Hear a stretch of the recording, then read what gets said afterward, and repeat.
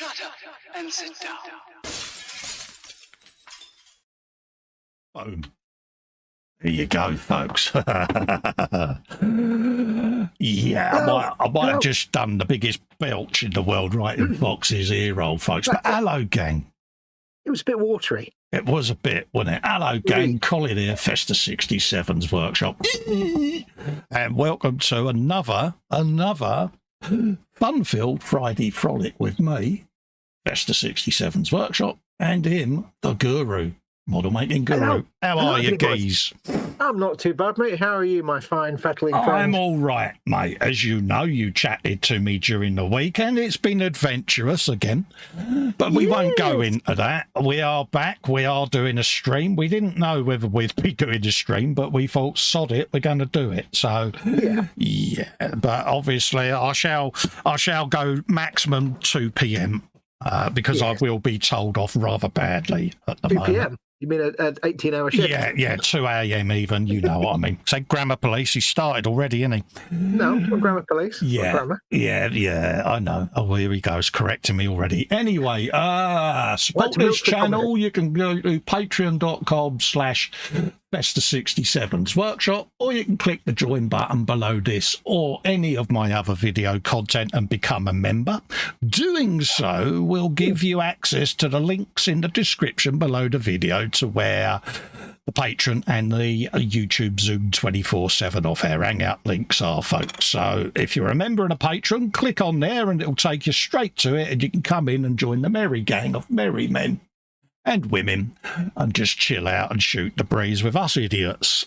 You can get the same by supporting Fox over at patreon.com/modelmakingguru, or click the join button below any of these content. Also, if you'd like to support the channel, you can click the $ below the chat and give out a super chat. All helps keep the channel and the content coming. You get a nice bit of sexy air guitar, and you make Festa a very happy little fella because I can pay the bills. Yeah, absolutely. So I'm going to have a quick looky-loo in the chat land to see who's in there. We have got Graham McRoberts saying hello. Hello, Graham. We've got Mark saying hi to Festa and the chat. How.to, mate? Didn't say hello to me. Yeah, we've got Fox saying goodly, even blarpins, febrile soup spoons. There you go. I said that all right. Mark says, have you been at the glue again, Fox? I think he has, mate. Either that or he see that picture that PJ put up with me in the hot pants. A few people messaged me and said, why did PJ put a picture of you up? It's not actually me. I've not seen that. Yeah, the head is, but the rest of it isn't. I wish I was that thin still, but hey, you know. Talking of gits, he says, what? More of this nonsense? Well, okay, then. Evening, hot pants, Cole. Frisky Fox and the Friday frolicking friends in chat. That's all right, Paul. Payback will be swift. It will be mine, and you will be my biatch. Oh, yeah. You're on one tonight, aren't you? I am, mate. Not me that's been frisky. No, Fox says frisk. Retro's in. James says shenanigans off the starboard bow. Absolutely, mate. We do like a bit of shenanigans. Can you let us know audio and video are fine as well? Would be nice. PJ says rabbit. Dominic is in saying hi. Hey, Dominic. Graham's on about Animal from the Muppets with the drums because of the intro music. Absolutely. Retro says 67, Guru, McRobert, Cuckoo, just Mark. Absolutely. Just Mark, because there's no surname there. Jeff says, hi, Cole, Fox, and everyone in chat. Hello, hey, Jeff. How you doing, mate? Everyone's saying hello to Jeff and Graham as well. So that's the chat up to date. Jeff says audio video's fine. Audio and video are fine. Thank you very gladly, Jeff. Muchly appreciated, mate. So what are you up to tonight, geez? Me, I am still continuing on with my Cadians. I'm just doing this on Fridays, basically. So, still building my Cadians. I'm on my second squad of 10. Yeah. Oh, happy days, mate. I'm not doing anything on these other than on the Friday, you see. So, yeah, that's why progress is slow. Happy days. I'm doing a bit of decalage on the infamous. Infamous. Yeah, the infamous Kawasaki Ninja that Wendy sent me. So I've been decaling the front fairing. Look at that. It's all carbon fibre. Oh, look at that. Yeah, So far, just on that half is 18 decals. Oh, cracky, Riley. Yeah, and a bit of wheelage. I take it that gets the lacquer coat over the top once it's on. Yeah, that'll get the 2K clear over it, as will the rest of it, because it's all in there. So you're getting a sneaky preview, folks, of said bike. And look at that frame. Oh, yeah, that's nice bit of frame. Is there ever a risk of the lacquer 2K clear coat being hot and damaging the decal? Yeah, you put it on very, very, very fine. That's all carbon fibre wrapped as well. Yeah, look at all that shapeage, all done in carbon fibre, folks. David Hunter would be proud. Yeah, so so the bike is coming along. It's slow progress, but yeah, I'm building how I can at the moment, folks, when I can. So apologies that my work is taking a while longer than normal. Hopefully normal service will resume at some point, but yeah. Hey, you're not on a schedule. You're on your own time. Absolutely, but you know me. You know what I'm like, Fox. Things happen when they happen. We're of an age now where things take a bit longer. Can we be cautious, Graham, of swearing in the chat, mate? YouTube have new rules, mate. And channels can get tugged now, mate, for swearing. So just be careful, mate. I'm going to do something very satisfying with my God hand nippers. I'm going to null oil them. Oh, good man. But what I'm going to actually do is sand them. Oh, clean them. But it leaves all the dark in the recesses, like it's had a lovely coat of null oil. Oh, it gives it that almost semi-blued effect, does it? No, it just means all the edges are nice and silver, but everything else is like it's almost like a coat of Agrax Earthshade in the recess. You don't have to do this. I just enjoy doing it because it looks mint. Who's your local rivals that got beat anyway? On a more serious note, is that football? Oh God, we're doing football, aren't we? I'll just tune out for that. yeah, we're doing manly sport here. Do you notice the protracted silence emanating from the right side of the screen? The only way to shut me up, talk about women's TV or football or sport, because I've no interest in it. Damn, if I'd known that. Daytime TV or sport, and either way, I just kind of fall asleep. Yeah. Okay, right, 13, 15, and 19. So that's the decals all arranged for that half of the fairing. Decals. And we will be doing a bit more on a wheel decal as well. Kilmarnock. Graham says, okay, I didn't know. Yeah, YouTube have brought out new rules, Graham, where if you have excessive swearing either in the chat or during the stream within the first period of time of the stream, you do get told off. So yeah, they got quite strict on it now. So which we can understand at the end of the day. But it's their house. We just have to abide by their rules. Not much the Bobbins is in saying, hello there. Hello, Bobbins. How you doing, mate? That's twice now you've done a kind of Radio 1 sort of announcer type. It's quite good. You've either gone, hey, or you've gone, hello. You're trying out for radio jobs. Well, yeah. Well, I was trying out for the main match of the day gig, to be quite honest with you. Now that old Juggies has been nerfed off. Which, to be honest with you, I've read the story. Everyone's entitled to their opinion, and dare I say it, we live in a land of free speech. It wasn't, I don't think, very right-wing racism stuff, was it? It was perhaps an ill-thought-out tweet, but I think it's more a case of he signed a contract with the BBC that says you can't be impartial. Yeah, I mean, basically. I had that with my MOD. You know, you had to be, how can we say, very conscious on websites and things like that. But yeah, it's like, you know, if you sign a contract that says you can't be outspoken about anything because you represent the BBC, then it's like you need to shut. Bobbins is saying, is Festa dressed appropriately? Yeah, you know me, mate. You know, I must admit, I might have to get myself a pair of them hot pants, though. They do look rather splendid. Festa dressed appropriately is basically wearing a hat, and anything else is a bonus after that. Well, if I'm pushed, there might be a bow tie involved as well, but only for special days. Yeah, not necessarily where you think it is either. Well, yeah. It's called a dicky bow, isn't it? So did you make them that small, you know? Absolutely microscopic, mate. Come on, let's be honest. Quantum clothing. Yeah, I got old FUD there. Yeah. FUD. Foreign unknown debris. Yeah. I can't find this part at all. Where is it? Anyway, how's Mum? She decided to say, I don't feel very well. I feel really sick, like about half an hour before we went live. Oh, really? Like, oh, no. But then I realised what she was really doing was she wanted to get out of having to wash her hands after she'd been to the loo. Oh, right. She was winging it, was she? Get back in bed and use the hand wipes instead, you see. Because standing up at the sink, it's like, oh, I see. Is that what it was? Yeah. Graham's asking, is Festa 007? Well, you never know, Graham. You know, it's 49.50. Good God, man. Come on. You never know, mate. Stranger things could happen. Smashing. I mean, can you say smashing? Smashing. Oh, that's not bad, actually. Smashing. Yeah. Listen, Junior. Did you just say that I did an accent that was pretty okay? Well, it was only one word, and it had the right kind of timbre to it, so yeah. Sean Canary. Yeah, shaken, not stirred. As long as the collars and cuffs match.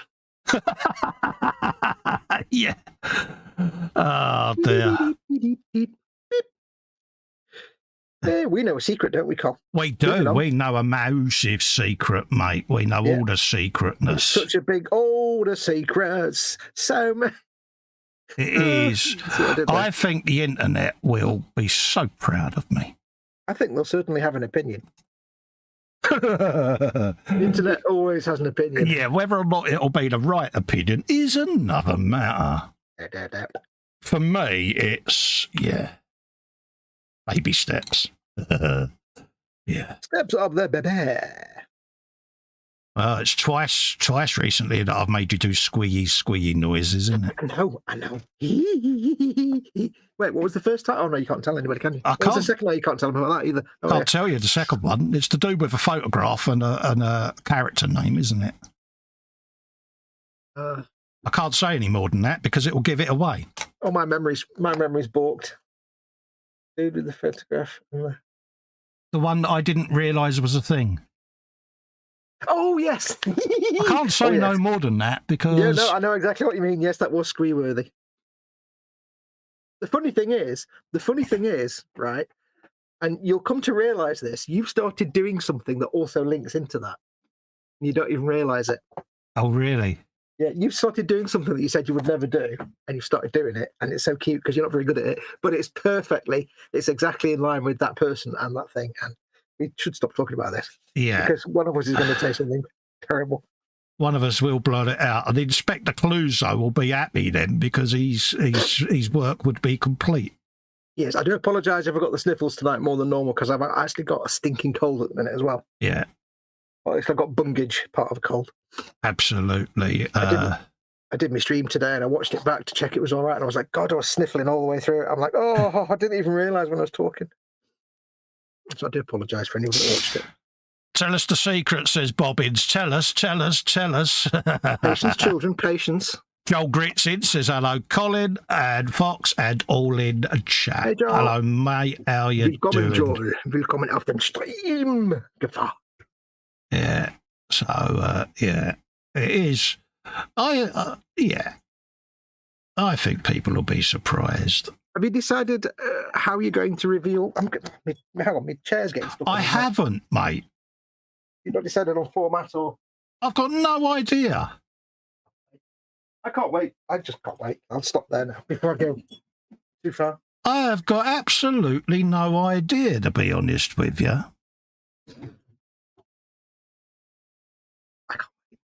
I have the beginnings of perhaps a way of doing it, but I can't say it on air at the moment. No. Yeah. Let's just move on because, it's going to go wrong, isn't it? If we. Yeah. There you go. Have you a bit of that? PJ says, so when are you actually going to reveal the secret? no idea at the moment, Paul, because every time I plan something for the channel, something goes wrong medically. And yeah, I kind of had a little schedule lined up this week that's gone to pot. So I'm finding at the moment it's best not to plan anything because, as you know, privately, that things are a little bit delicate at the moment medically. So I'm having to be more cautious than normal. So once things have settled a bit, then you'll find out, because it'll be quite rapid, because I shall want it out there and done and things so that I can get some content out, but also move forward at the moment because my health is dictating everything I do at the moment, and I'm getting a bit fed up with it, if I'm honest. As one from Far Cry 6 would say, rule number 10, Danny, never make plans. They always go to crap. Absolutely, mate. And it is. It's pretty Pete Tong at the moment, but it could be worse, couldn't it? So it could be worse. It could be a liberal. Yeah, it's frustrating, you know, because I want to get builds done and catch up on stuff and filming and all of that lot. And again, I lost 2 days this week because I was bedridden. So without getting the violins out. But no, because I can't reach my tiny violins. All but no, it's just frustrating. That would mean getting up off my backside. Retro says best laid plans of mice and all of that lot. Absolutely, mate. It's more me getting yumped with myself, mate. It's, you know, but those that know me know that I desperately try to work round my health as best I can, but every now and then I have to listen to it, and I don't like doing it as I'm told.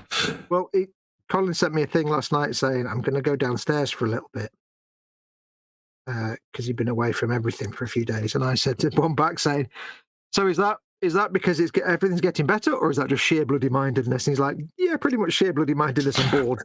Yeah. He was so bored, weren't he? Yeah, absolutely. So frustrated. But, you know, I was allowed down under the strict thing of you stay in that chair so that I can keep an eye on you. Yeah. So that's the good thing you've got going for you. If you do anything you're not supposed to do, H will just kick your ass. So. Absolutely. Inspector Clouseau's in with a $5 super chat. He says, what's this about? A secret? Patience will be required. That's cool.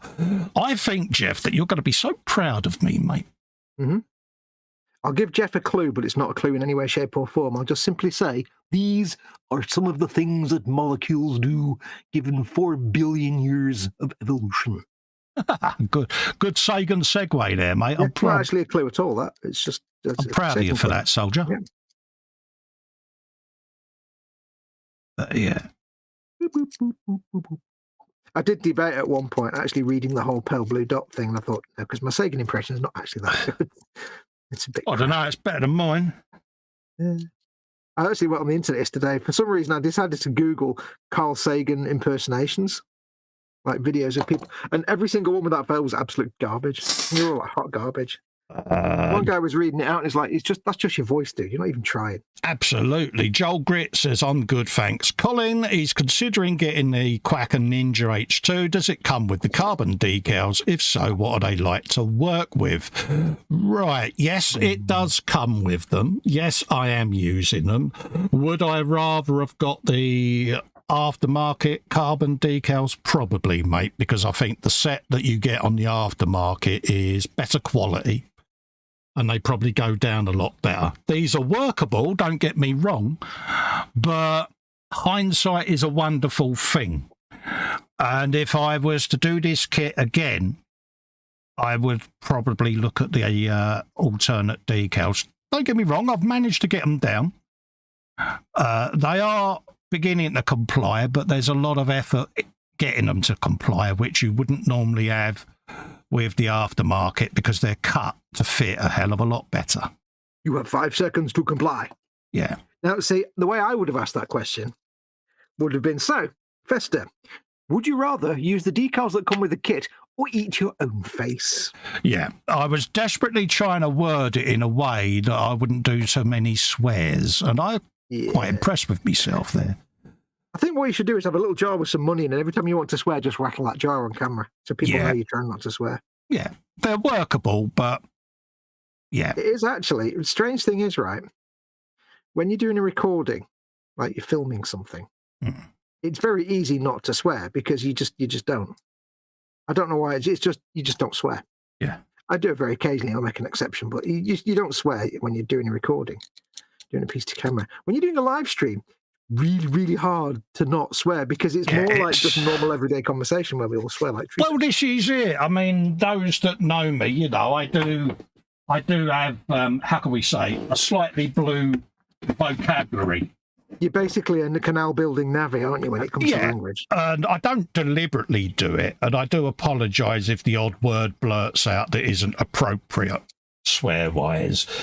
But, you know, it's freedom of speech at the end of the day, and an off-air hangout where we're all blokes and women and we're all grown-ups. But when you're live, you try your hardest to tail it. Because it's monetisation that's the stake. But it's like when I do a patron only like stream or a member only stream, I'll swear blue murder if I need to because it's not monetized and everybody in there is paying me money, so they're all big enough and fuzzy-butted enough to take some swear words. But there's an example, Joel. That's all carbon fibered with aftermarket decal sheet because I just wanted to go that little bit extra with the bike. And the aftermarket decal sheet, as you can see, it does a far better job. It conforms a lot better. So, yeah. And I've had the C1 metallizer out as well on a few bits. As you can see, you've got a rather shiny fuel tank buried under there and side panels as well as carbon fibre tubes and things. So, yeah. I like the way you say tubes like that. Tubes. I'd like to think that I started you doing silly pronunciation like that just for fun. Yeah, because I got so fed up with being told off for speaking like a uneducated cockney that I thought, well, if I overemphasise it, I won't get picked on as much. No, it was more that I like to say things like tubes in a stupid voice. It's tube. Yeah. I love the word tube. You're made of tubes. You're just all tubes combined. Absolutely. You're the sum total of all tubes. I'm a hot pants tube.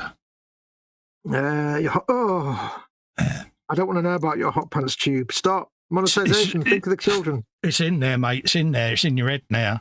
And for those that want to see the image that Paul put up, it's in the group. And let me put an image in your head. Hot pants peas. Hot pants peas. You like my new trousers? They're waterproof. Waterproof and sealed. Waterproof in and out, you know what I mean? so going to hell. So going to hell. Well, I'm stuck halfway down. PJ, bless him, he put a picture up of me in the group, and I must admit, I did chuckle. I deserved it because it was payback for all the abuse I've been giving him. But what he doesn't realise is now that he's done a Photoshop payback, he's opened up a can of worms because I will get him back. He doesn't. I don't think he realises that you too also know your way around Photoshop quite nicely. Thank you very much. Absolutely, and I shall get him back. My revenge will be forthcoming. Never try and out Photoshop, or never try and insult someone by Photoshop who makes their own thumbnails because they've probably got Photoshop. Yeah, and they're probably just as good as you. Hey. And that's the thing. It's all done in jest. Nothing wrong with a good bit of banter. Joel says, what green is that on the dram, please, Colin? I think he means frame. That is Kawasaki green from the Zero.Paints range, mate. Bear with me because it's buried behind all of this lot. So bear with me, mate. Behind all the gubbins. Yeah, it's just, it's easier if I show him the paint set. Oh, yeah. Yes, it's a set you get. Let's move that out of the way for a minute. Moving, out of the way. It's all right, I just didn't expect to get all my paint out. Oh, 2.6. Right, what you get is you get a Zero paint set. You get a black, a gloss black, which is now got a wash in it because I'm repurposing the pot. You get the Kawasaki metallic ground coat. You then get candy frame green that goes over the metallic. Ooh. And then you get a clear coat that goes over everything. You get the whole set and the world's cutest pot of C1 metallizer. Look at that. Oh, some C1. Cool. So you get the full set and a set of instructions on how to use it all. Oh, that's pretty cool that Chris has managed to get a packaging deal with Zero then. Yeah.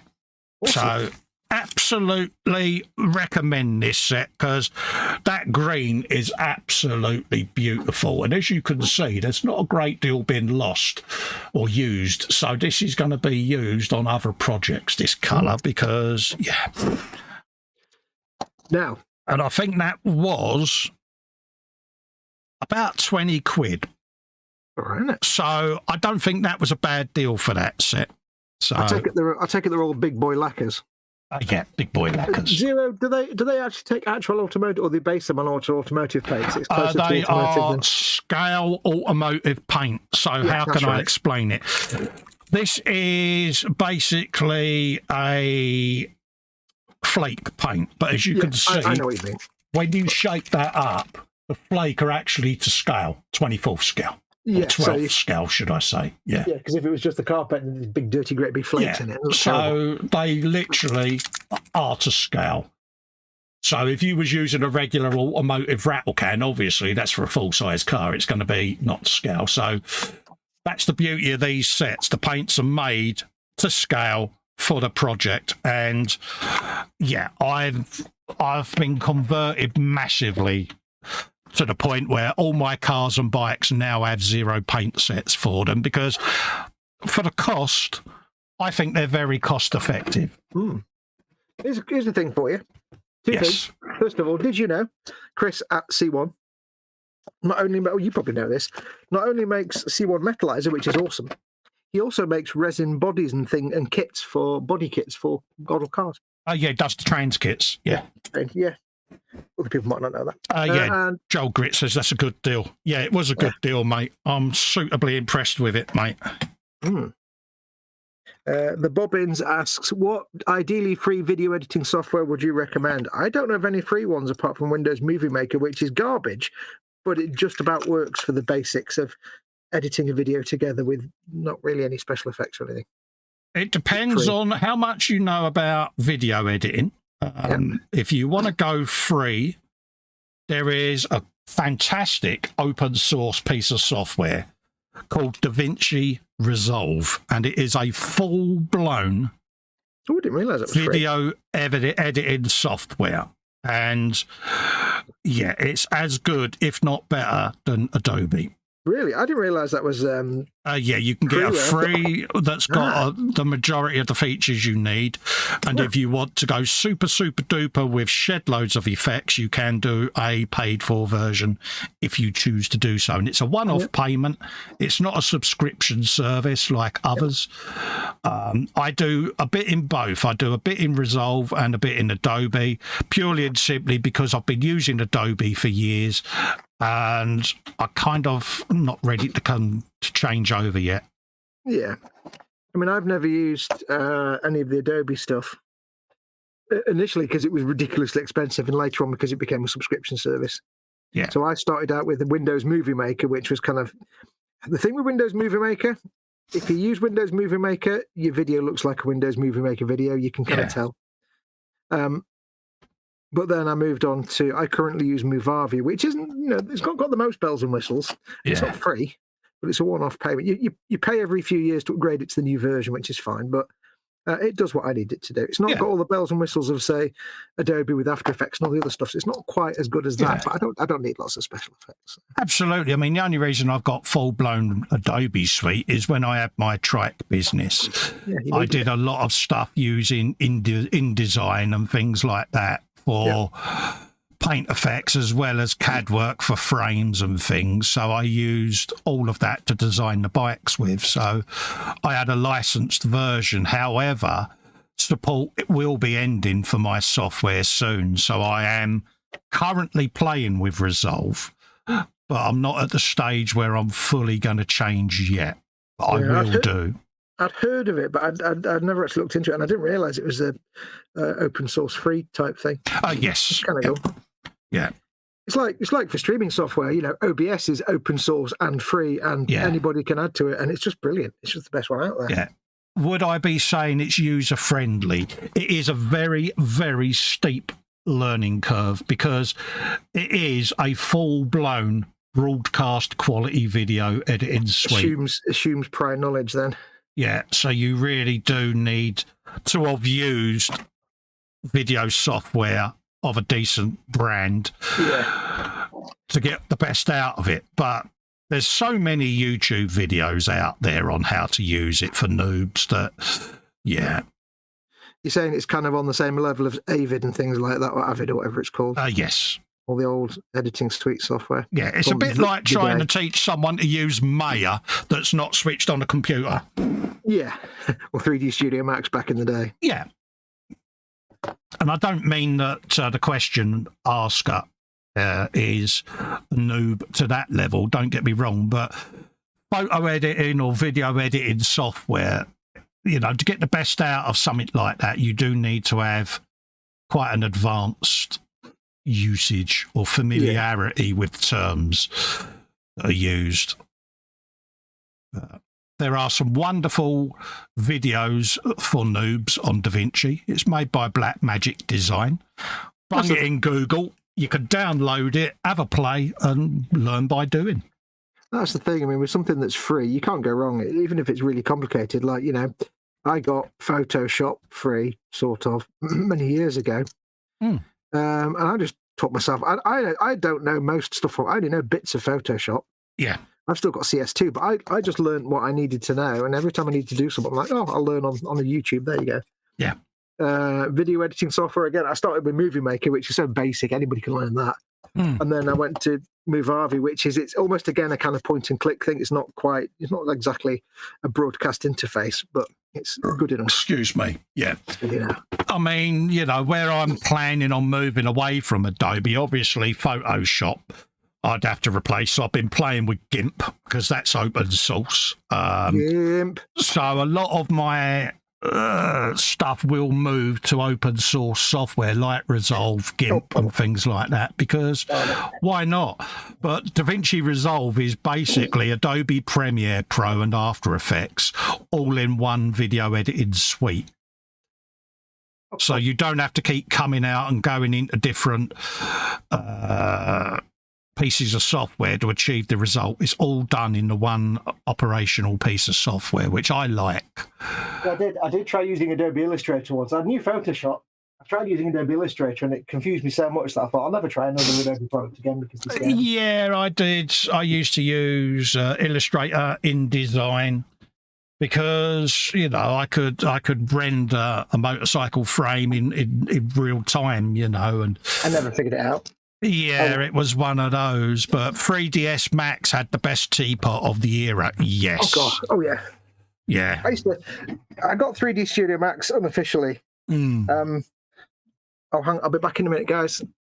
Yeah, no worries. I'll do a bit of chat dollying anyway. Joel Grit says thanks. It's not a problem, mate. Not a problem. We're here to help, mate. But yeah, video editing software, it's a bloody minefield out there. It really is. There are a lot of good alternatives. Joel Grit says that's a good deal, about 20 quid. Yeah, I'm trying to remember the exact cost. I'll bung a link in a sec when Fox comes back. I'll look it up for you, mate. But yeah, I got it from Hero Boy in the UK, so yeah. Bobbin says I shall look into it. Cheers, Muchley. Not a problem, mate. Like I say, Google it. DaVinci, Vinci Resolve. It's by Blackmagic Designs. And the free version gives you everything you need, mate. And there is a paid version if you want additional features. So give it a go. Have a play. Learn by doing, mate. And like I say, there's lots of tutorial videos on the YouTubes. And that's all I'm doing with it. You know, if there's anything specific that I'm trying to translate from Adobe, I just do Adobe Premiere Pro and with the effect, in DaVinci Resolve, and it will then go, yeah, because some of the naming criteria for tools is a lot different. So it's just familiarising yourself with the environment. Retro says GIMP has a bug where regardless of the image size and paper you select to print on, it will only ever print it as it's on an 8x5 by 11. Yeah, for some reason it defaults to the, is it A5 postcard size? But yeah. Yeah, you have to keep resetting it. I had it in Photoshop where it would only ever print in landscape, not portrait. It wouldn't give me the option to select it, but I did an uninstall and a reinstall and it cured it. So I got no idea. Jeff says, hi to Andy. Does you do Gebite? Another classic from Clouseau. Yeah. The scene I remember the most was the elevator scene when Peter Sellers was dressed up as the gangster. And we had a show in the UK called It'll Be All Right on the Night. And they had Peter Sellers' blooper reel from that particular movie. And Jeff, honestly, mate, it was so funny, and I do believe it's still on YouTube, the series or the episode that that blooper reel appeared in, so it's well worth a watch, mate. What else? Yeah, 3ds Max. Yeah, there was 3ds Max Maya, and I used to use Daz Studio as well. And I will use it again because I want to get into doing a lot more 3D figure stuff, because I use Blender at the moment, and I want to see how Studio will cope with some of the more challenging design work as well. If not, I should just stick with Blender, but I'm learning Blender at the moment slowly, and I need to spend more time with it, because for me, with my scratch build redesign side, I think Blender would give me quite a lot of potential for scratch builds and things like that. Jeff said, thanks, I'll look for the Peter Sellers blooper reel. Yeah, I'm trying to remember the specific Pink Panther film that was in, but yeah, it was a TV show called It'll Be All Right on the Night, and then put Peter Sellers after it, and it's the host was Dennis Norden. And Jeff, honestly, mate, it would take so many takes for him to do stuff.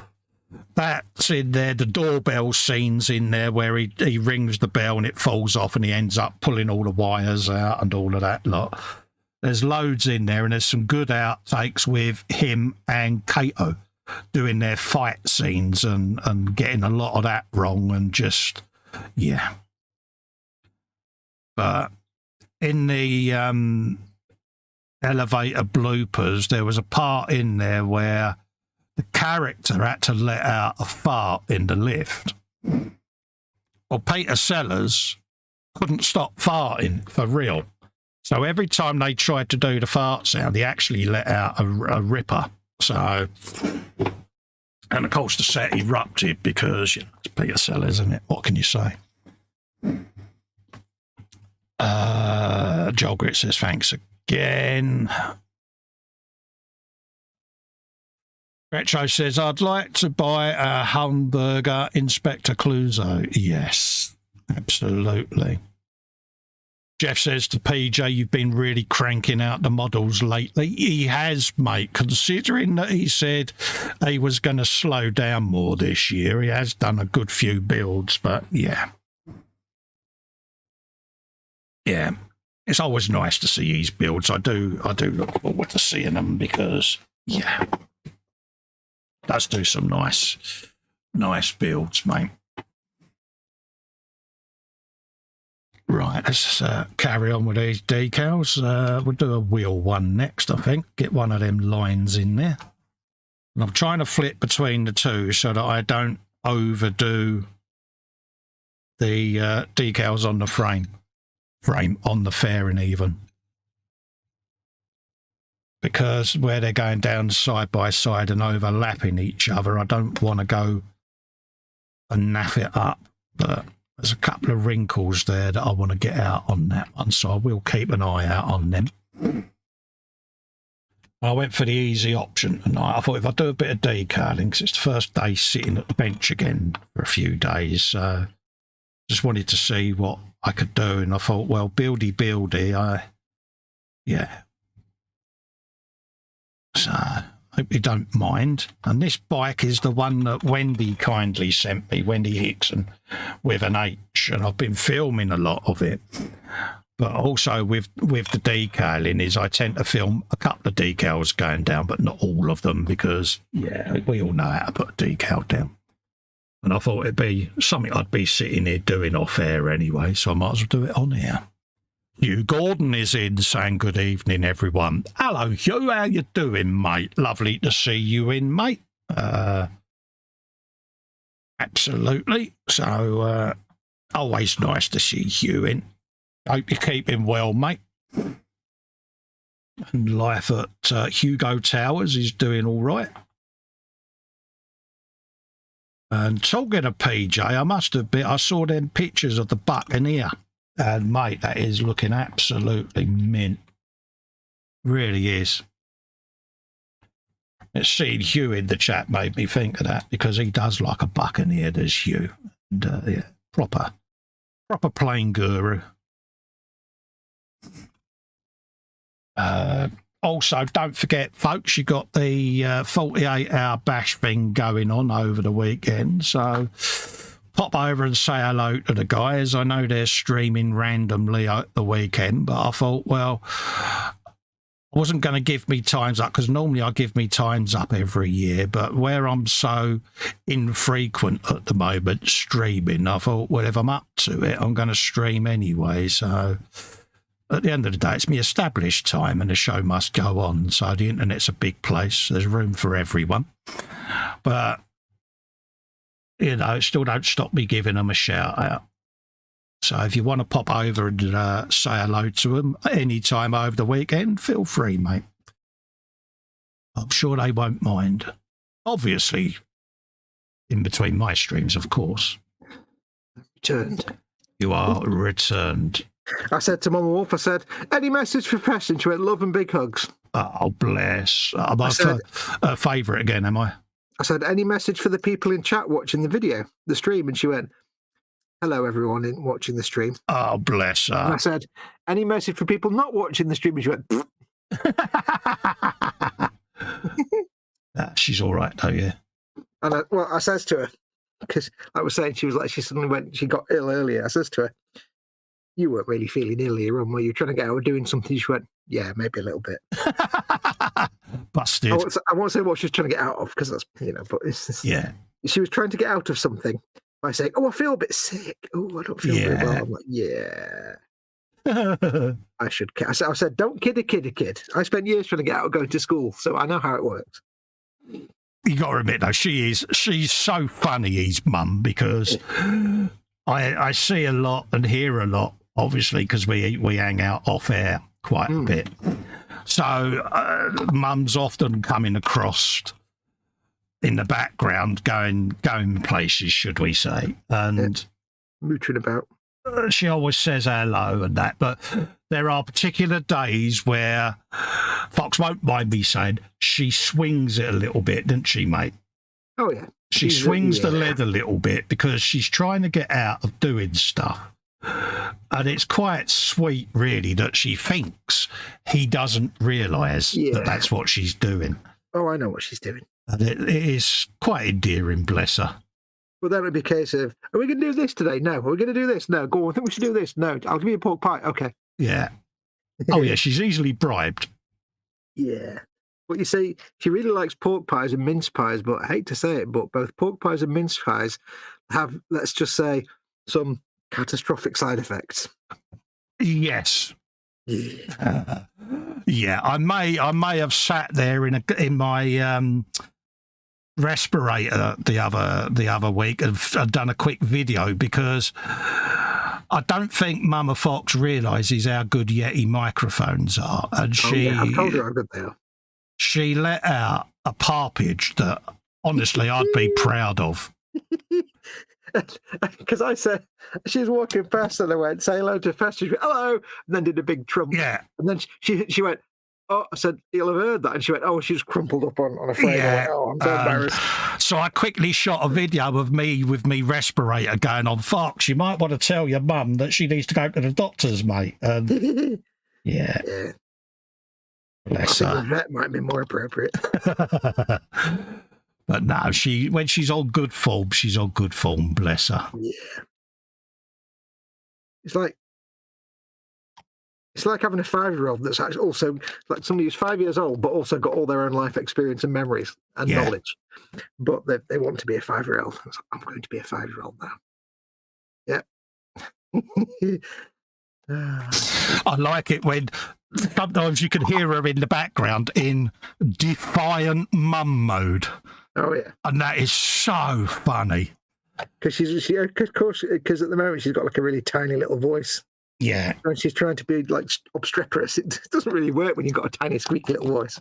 Yeah, so it is quite sweet, bless her, and yeah.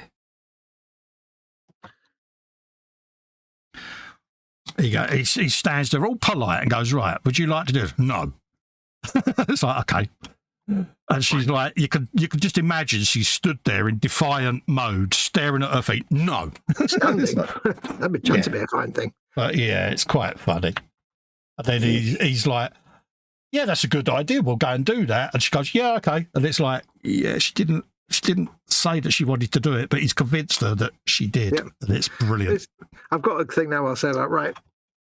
If she's like, sometimes she'll get up and she won't be up for long, and then she'll be like, I'm going back to bed in a minute. Yeah. I'll go to bed, have an early night. And I'm like, no, I need you to be up for more than 2 or 3 hours because you need to drink lots of tea and stuff. Yes. So I'll be like, would you want a last cup of tea before you go to bed? No. Give it 5 minutes, come back again. Yeah. I'll just make you a last cup of tea for bedtime. Okay. Yeah. And then when she gets that cup of tea, she forgets that. And then when she's finished that, I'll make another one. She'll be up for another 4 hours then. Yeah. Bless her. Squishy alert. Squishy alert. Edward Leonard's in. Good squishy. Good squishy. Every time I walk up to the ocean in Far Cry 6 and there's some squishies in the sea doing squishy things, I always go, yay, squishies. Yeah. Oh, yeah. Squishies are legends, mate. They're big squishies as well. Oh, yeah. Squishy goodness, mate. Squishy. Edward is the king of squishies. Squish king. He's also issued hugs to Mama Wolf. Oh. I would pass those on, but she'll be asleep now. Thank you. Oh, excuse me, I needed that. That sounded like you just cocked a shotgun. No, that was the plastic bottle venting. Pump action drinks.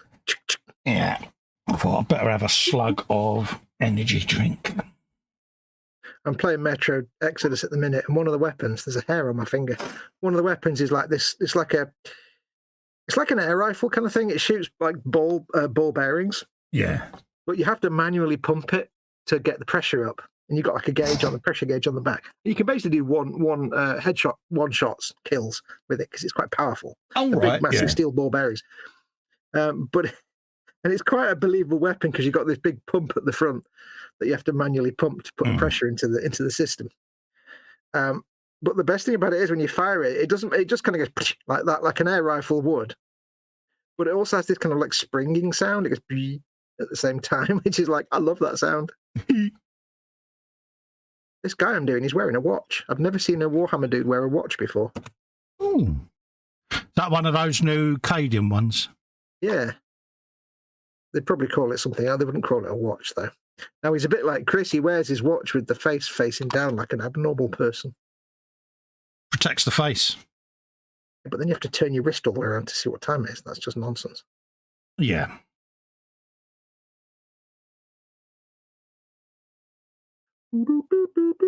Excuse my Edward Spanner hands, but...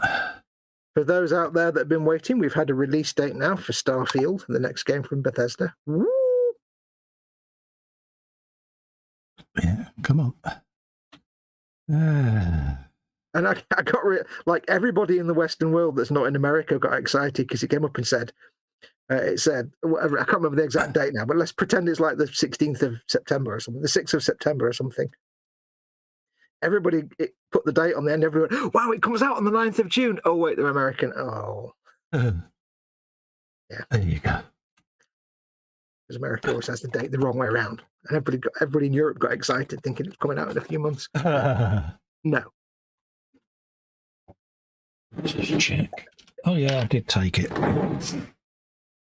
ECIDO's in saying hi to Paul and Edward. Hello, EC. He says, good evening, all. Good day, all. Hello, mate. How you doing? Yeah. Retro says 41st millennium and the dude's got a Timex. Happy days. You might have read that one. The thing is, it gives me a tiny watch I've got to paint hands on. Yeah, but what you want to do then is have him wear it like Chris does, face down. There you go. You ain't got painty hands then, have you? See? Here it is. Yeah, there you go. Yeah, you might have said that. I might have said that. Yeah. Note to self. Pay more attention. When you hear Dr. Bob say, what you want to do is get him to wear it face down. Yeah, but we've got a secret. We've got a secret. It's really cool. You don't know it. Ha ha ha ha ha. That's rubbish, wasn't it? Yeah, it was a bit lame, mate. Hey, it's your secret, not my secret. Right, that'll have to do because I'm. Yeah, it goes that way. It goes like that, not like that, like that. Yeah, you ain't supposed to blow blood doors off. Don't throw them spears at me. It goes a little bit like this.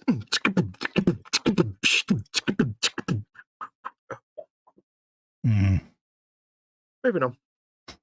Now you do that, Cole. No. Go on. No. You know you want to. No, I don't want to. You do. No, I don't. You want to break out in some breakdancing or some beatbox, don't you? No. You do. No, I don't. I reckon there's a BMX in your garage somewhere. No, I had a rally grifter, mate. Grifter, you say? I always wanted a grifter, but I had a what was the one below a grifter? Boxer. I didn't have a boxer. I nearly had a boxer. I always wanted a grifter, but a grifter was for the big burly 15-year-olds. Yeah. I had a spider bike. Oh, nice. Which was like a yellow frame thing with a spiderweb pattern on it. And it wasn't really anything remarkable other than it had such tight handlebars that you could easily ride around without having hands on the handlebars at all and go around corners without even having to hold the handlebars. It was great. Oh, nice. I perfected the art of going around the block with no hands. Yeah, but you are talking to children that used to like getting dragged around in milk crates. Yeah. Because that used to be the ultimate toy, didn't it? A red milk crate with a bit of string round it. And hours of fun in that. It was the kind of period when, parents were absolutely fine if you were playing with matches because you were just out of the way and quiet. Yeah, absolutely. We'd all have homemade go-karts made out of your sister's old pram. Yep.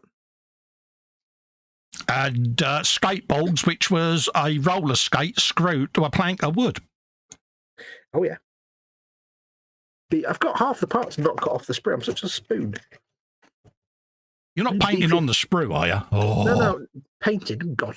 Hell no. No, I've just forgotten to get half the parts out.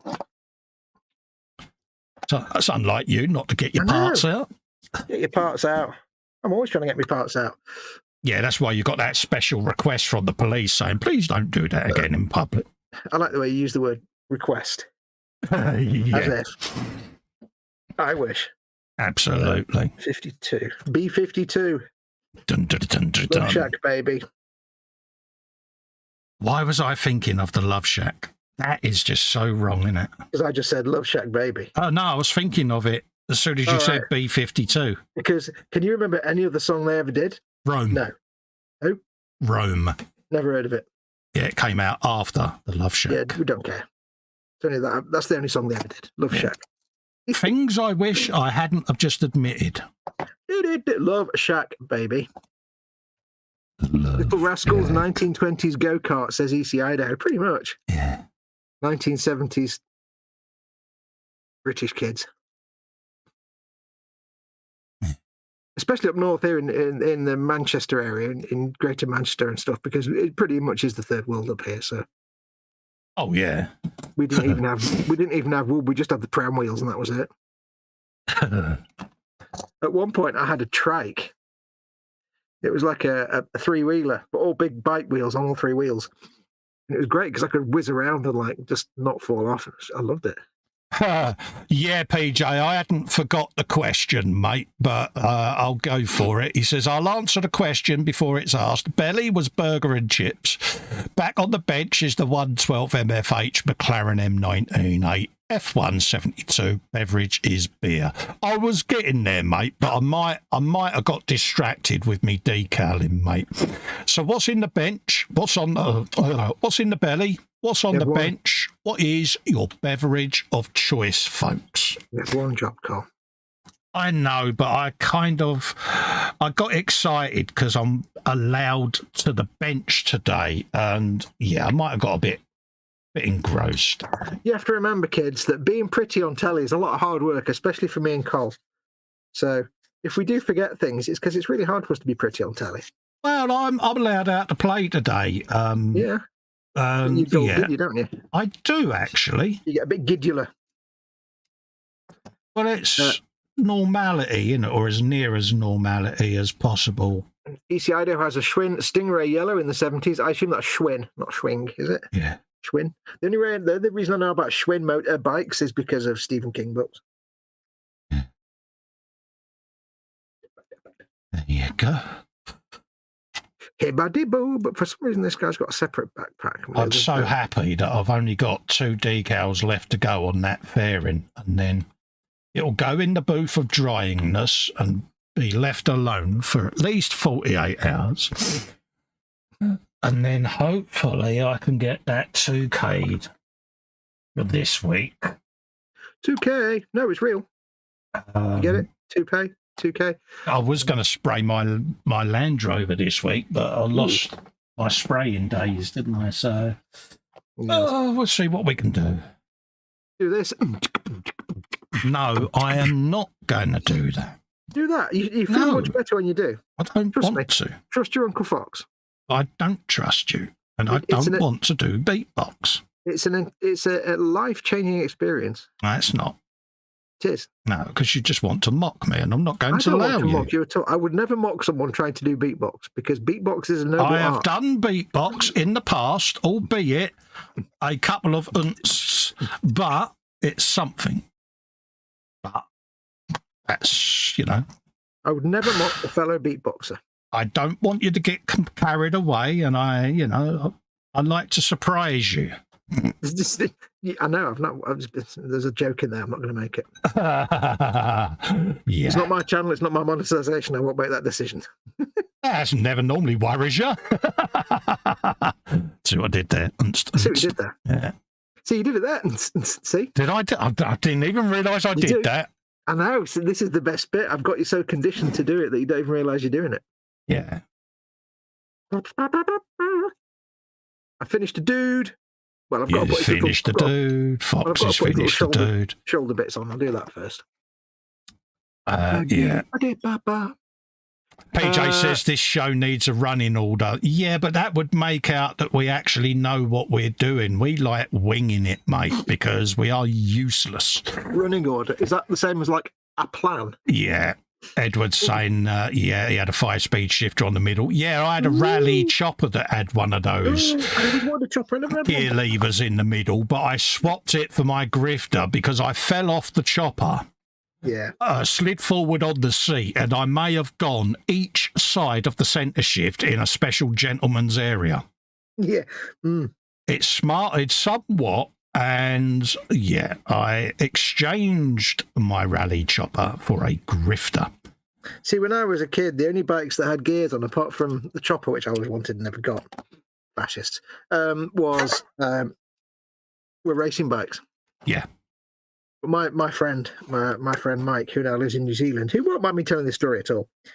And if he does, I don't care, because it's funny. He was riding his bicycle one day along the public highway, when he decided to, at speed, discover that there was a tree blocking his path. Oh, right, yeah. Which had the right of way because it was a tree. He wasn't going around, but it's got the right of way. And as a result, he was taken to hospital to have, let's say, 2 parts of his body untwisted. Oh! Yeah. I didn't even know such a thing was possible. Oh, my toes have just curled up. Yeah.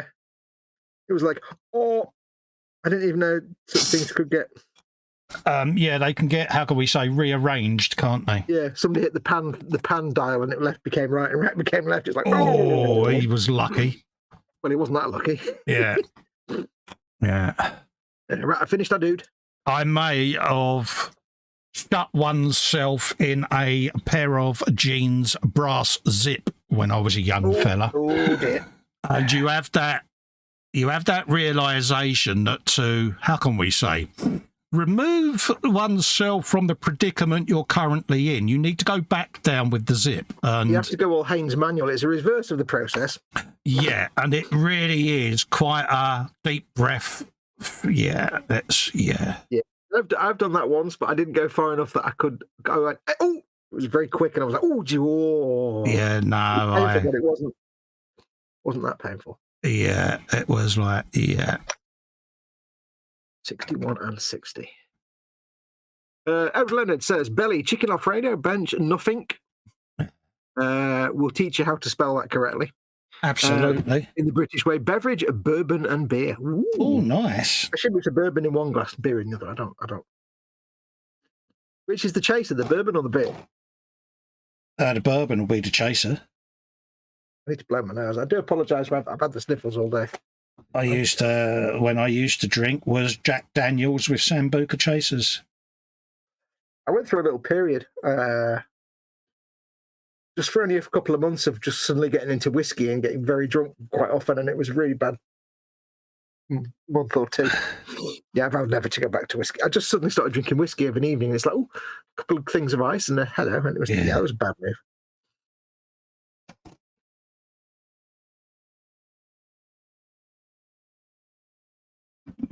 Yeah, if you want to write nothing, I give Edward points for writing nothing, because that's a proper English way of doing it. It is actually Nuffink. Yeah. Nothing. But I give Edward 100 internet points for using that Britishism. Oh yeah.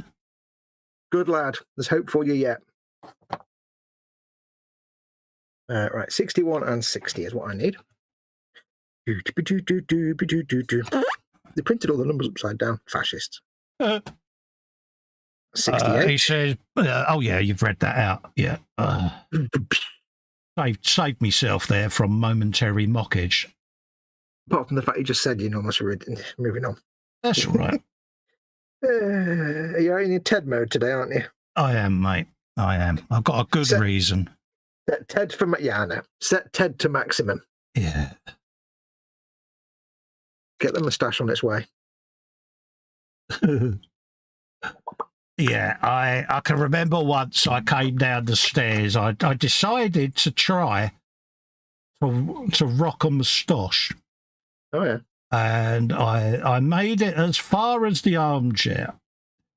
And then the wife peered up from her newspaper. And it was, what the bloody effing hell is that under your lip? I take it that there was a full beard there before. It didn't just grow a moustache overnight. No, there was a full beard there, but my boy tried to challenge me and said, go on, do a one of these proper handlebar moustaches, a bit like Paul Senior out of OC's. So Hulk Hogan, with the long side bits. Porn moustache, basically. Yeah, so I sat there and she's like, what the F is that under there? You've got two choices. Get your ass up there and shave it off, or I will beat you to within an inch of your life. You look like a paedophile. So I never, ever was allowed to rock a moustache ever again. But this seems to be correct. But I took the punishment well. My boys were mightily impressed that Dad listened to them and went for it, but... Yeah, but then they weren't they were not as shocked that he would listen to threats because of the threats. But they was even more impressed with the brutality of their mum's delivery of the threat. Oh, yeah. To beat me within an inch of my life. So I put up a lot of resistance. I immediately got up and shaved it off. Yep. Because I knew what was good for me. I tried growing a moustache, or rather I tried shaving my beard off into a moustache once. And it was like, I did it. I looked in the mirror. I went, man from Bolton, and shaved it off instantly. Yeah. It will never happen. You'll never see me without hair. I did try growing once the classic kind of moustache and the little pointy beard. I suppose you could like Colonel Sanders style. Oh, like a Van Dyke. Yeah, or like the kind of like Elizabethan style. Yeah, so Walter Raleigh. Yeah, I think I've been watching Elizabeth Arden. I thought, oh, they're kind of Elizabethan style, and it always looked quite good. And I tried that, and it was like, no. Yeah. Unfortunately, I think that's the one that's on my passport. Oh, really? Although that runs out in a few weeks. That used to always be a good laugh, looking at your old passport photos. It's like, It's like, oh, no, why did I make any of those decisions? There may have been a passport photo that had the mullet in it, but that's long gone. We need to see this. But, yeah, the mullet. Where's 130? Yeah. There's 131, and of course, right next to it is not 130. My missus, though, she does make the point when the mullet does come up. She said, not only was it bad enough he had a mullet, but no, he went for the double whammy. He had highlights in it. Oh, hang on. So you were channeling my inner Don Johnsons. No, you were channeling that bloke from the children's TV, ITV thing, not Gas Top, the other one, Pat Sharp. Yeah, it was bad, mate. Oh, Pat Sharp. Yeah, it was probably not one of my greatest ideas. That is up there with my infamous white suit when I went through a summer of rocking the Don Johnson look with a white suit and the espadrilles without socks, and it was I can go worse than that because I went through exactly the same phase, but mine was a yellow suit with a yellow shirt. I mean, to help me out here, I was working in Ibiza at the time. So it was the thing. It was summer, and it was a doorman thing. So I wasn't actually working in Ibiza, but I was just an idiot. Yeah, so I was a teenager. Yeah, wow, what a summer of fun and frivolity and drunkenness that was. Yeah. I went through a phase where I really liked what my dad used to call bum freezer jackets. Yeah, like jackets that only went to the waist. I don't know why. Yeah, like like suit jackets and stuff. Yeah. I don't know why. Bolero jacket. I don't know why I went through that phase. I probably will regret it forever.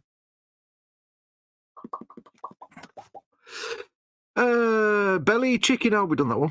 Absolutely. Rabbit says, I had my left tater tot. Tater tot. Oh, hang on. Oh, God, this is worse. I really wish I hadn't started reading this. I've got to finish reading it out now. Do you want to read it out, Col? No. I'm applying the decal carefully at the moment.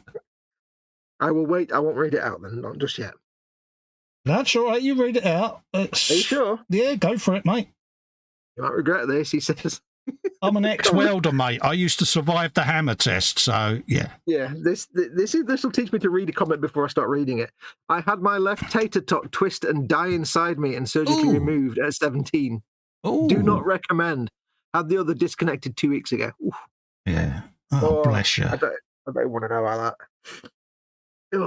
And Lewis says, what? Colin, mullet, passport photo, you say? Thanks. Yeah.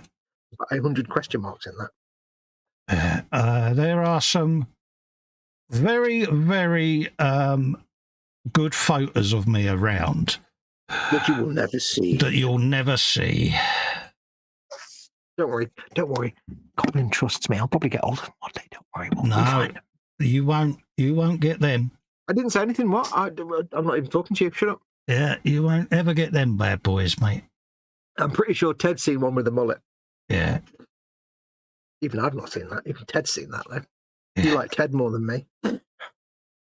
Little bits of it died inside. Ted, I think, has seen the picture of me with dreadlocks. Oh, God, really? Dreadlocks? Oh, dear Lord. Did you go through a swampy phase or something? No, it was when I was an avid biker. And my hair was so wild that I used to weave it and wear it back in a leather stole. But I thought if I put it in dreads, it'll be easier just to tie it back and get it out of the way of the helmet. Trying to shoehorn that lot underneath a bullet helmet was, so they immediately were removed. Yes. So, yeah, it was a bit like trying to get two boobs into one bra cup. It was an impossibility, mate. Not one of my most inspired decisions. Big enough challenge trying to get your big head into a helmet, never mind all that other stuff on top. Yeah, my size 60 canister, mate. It's bad enough trying to get hats to fit. I still just want to see you with hair. It doesn't matter what the hair is. I can't imagine what you look like with any kind of hair. Yeah. It's like watching Patrick Stewart in I, Claudius. It's like, he's got a full head of hair. My brain can't pass any of this. What? I'm trying to think of it is that saw the wedding photos. Probably Ted. He showed Ted everything. You've always liked Ted more than me. Oh, Wibblekins! Stop trying to pull the poor me, you don't love me mode. It's not going to work, dear. It will. Remember, folks, a fox it's not for Christmas, it's for life. I'd show Mum a fox. She won't know.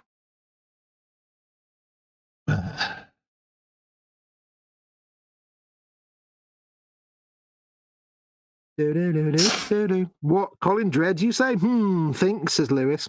Oh, absolutely, yeah. There are some classic looks that I had when I was a teenager, or late teens. I had a red and a yellow Mohican. Ooh. Because I went through the punk rock stage that most people went through at that stage, and then that was immediately dyed black for the goth stage and grown out. I do love the ironic idea that all these people that go for these particular styles to be anti-establishment, so they look exactly the same as all their anti-establishment friends. It's like, there's such a level of irony there, isn't it? Oh, bloody hell, yeah. I don't want to live according to your rules. I want to look like everybody else who wants to feel the same way. It was almost like a bygone transition, wasn't it? Punk, goth, metal mullet, no hair. Yeah. Yeah. How did that go for you then? Really well. Yeah. There's a kind of rite of passage in that there. Although I don't know anybody that went from punk to goth. I'm pretty sure everybody who were goth were just basically like child student goth. Yeah. Student was about 6 months and then they became a goth. And then they just got a job and they look really stupid with pasty makeup while they're working behind like the revenue counter. It's like you need to I didn't go that far. I just had jet black hair and a long trench coat, you know, and the biggest pair of boots you could ever imagine. Oh, yeah. I went through a grunge phase. Yeah. I couldn't stand the music. I just like what did I wear?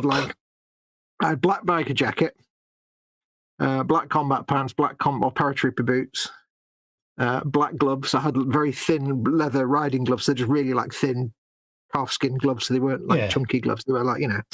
Yeah. And I had obviously my ponytail tied back. And is that the grown one or the fake one? Real one. By that point, with me skunk stripe. That was my grungy phase. Anyone that thought wearing a clip-on ponytail was a good idea. Clip-on, it was weaved in, just like you having weaving in dreads. Don't you dare try and compare your ponytail. Don't you dare try to use that. You were being a biker, I was being a pirate. Yeah, you was going through your swashbuckler stage. I know. And it was only for a couple of months until my head grew out. Trying to wing a fake ponytail against me dreads.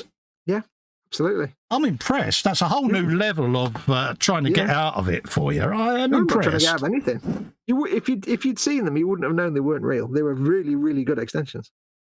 They were fantastic. Nobody knew they were extensions until I told them.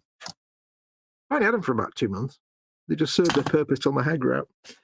Taking them out though was the most zen, relaxing thing ever. It was quite relaxing. Having them put in was like having your bones broken regularly. It was a painful experience. It was a big, scary one, like rambling my hair around. I'm like, ow! But blimey, love, you're a bit heavy-handed. See, I don't miss hair. I'm often asked, do you regret going bald? One, there's nothing you can do about it. No, I don't, because it saved me an absolute fortune on haircuts. Not that you can regret something you had no choice in, but I know what I mean. You know, it's just like, don't miss it at all, mate. I actually prefer it. if I'm honest. I look at old photos of me with hair, and it just doesn't look right. I do miss having my long hair down to my butt, and sometimes I dream that I've got long hair. It's like, oh, I do miss having that hair all the way down to my butt, but only when I had a fringe that was, at the front and not halfway back down the back of my head. Yeah. Because what I do was I always had long from about the age of, I don't know, 21, 22, up to about the age of 30 or so. I just grew my hair constantly, so it was like down to my belt line and below. Yes. I didn't get it cut for about 7 or 8 years, and I loved having long hair because I had my big like white stripe down the center when it was like just loose, so it all hung really nicely and it was all nice and cool looking and stuff. But then I got it cut one year to go on holiday and stuff, and then I grew it back, and a few times I grew it back, but every time I grew it back, my fringe had gone back further. And when I started looking a bit like something like a Status Quo, I was like, yes, not happening. Oh, Francis Rossi. Yeah, I was like, I think I've got to put where I can't grow my hair back. And then I felt sad because I missed having long hair sometimes. I think mine was such a quick thing. I went from masses and masses of hair to having the big bald ovals on the side of my head. Yeah. In a matter of a month, 2 months. So it was pretty rapid that it all went, and then I just shaved it all off because it was pointless because you had big holes on your head, so to speak. So yeah, I mean, I'm quite lucky in a way because my dad had proper like bald spot at the back, big round open bald spot. Yeah, and I don't seem to have that, but I have got the receding forehead. Yeah, but I'd always looked at people who had like balding spots and stuff, and I'd be like, there's two kind of people. There's the people that just don't care. They're just not fussed about it at all. It's like, whatever. Yeah. And then there's the people that try their best to kind of hide it or brush around it. And I'm like, you know what? You just shave your head. Why not just shave your head? It looks cool. It's the ones with the parting just below their left earlobe. Yeah. And it's like a Chelsea bun on top of their head. It's like, one, it's not fooling anyone. And why go? Don't get me wrong, if they're really conscious about it, then that must be difficult. Don't get me wrong. But I couldn't be bothered to do all of that. No, just most people don't look bad with a shaven head. I don't mean shaven like it could be like stubbly, but yeah, you've got that kind of hairline where you've got like the monk style or just the bits around the side. Just if you're not comfortable, just shave it. Yeah, I mean, my old man had a bit of a tea bag on the back of his head, but I mean, he was dead at 50, so yeah. But yeah, he hadn't receded, but he had a bit of a bald spot. And my brother's like me, he just shaves his hair, but he had a bit of a widow's peak. And then when he saw that I had shaved all mine off, he kind of liked how it looked and decided to get rid of his because he was receding back a bit. And it was a case of, well, if he can do it after having all that long hair. But, it was my mum that suggested it because my bald ovals bothered me. Yeah. Hence why I had the metal mullet, because it was just hair on the top. But when the oval extended up into that, I thought, well, it's gonna be pointless because it's going to be an island at the front and a samurai's ponytail. Yeah. I might as well just shave it off because I had these patches down my legs and across my torso anyway. So it was a case of, sod it, let's just get rid of it. Rabbit says, I got to the grunge stage and it kind of went a bit hipster and stayed. Yeah. I mean, I was in the grunge phase for a while, for quite a few years. And then I just got into like the t-shirt and jeans and sneakers phase. Yeah. I got my first pair of red Converse high tops. Yeah. And I've worn red Converse high tops ever since. That's what I wear. And I have done for like 20 years. And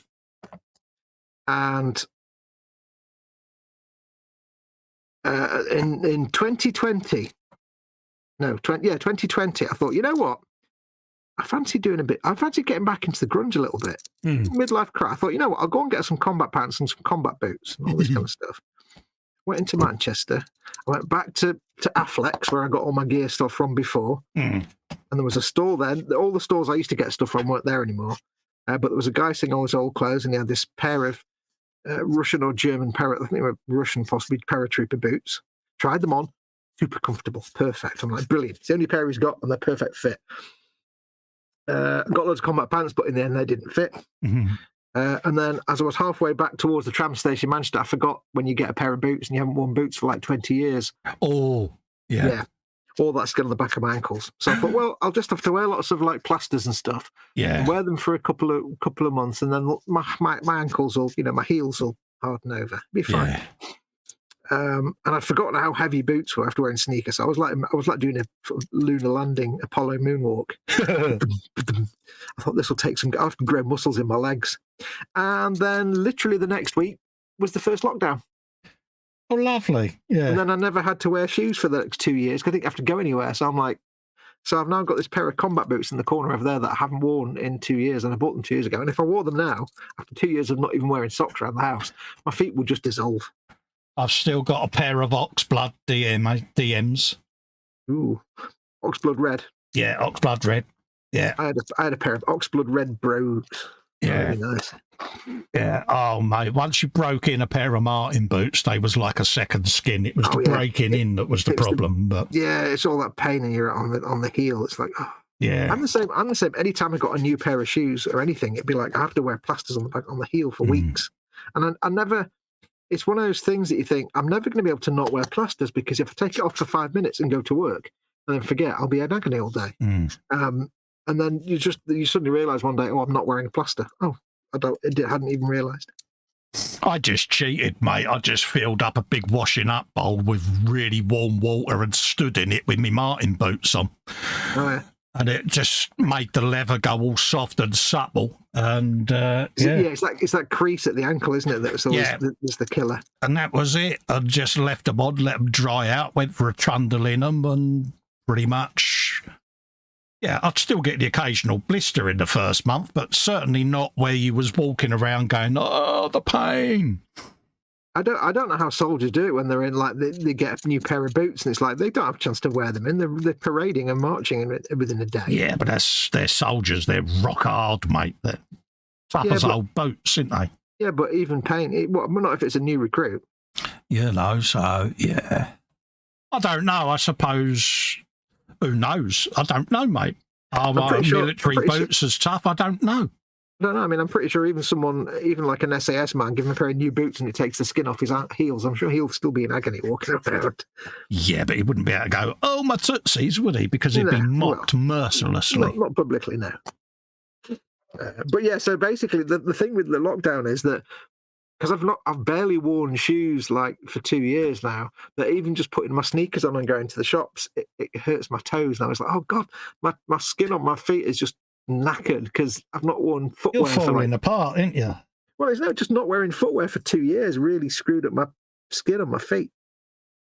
It's become delicate and sensitive. Yeah, princess feet, that's what you got. Yeah. Just imagine it now. Oh, Mum, me toes, me tootsies. Well, I've also got funny shaped toes anyway, which doesn't help.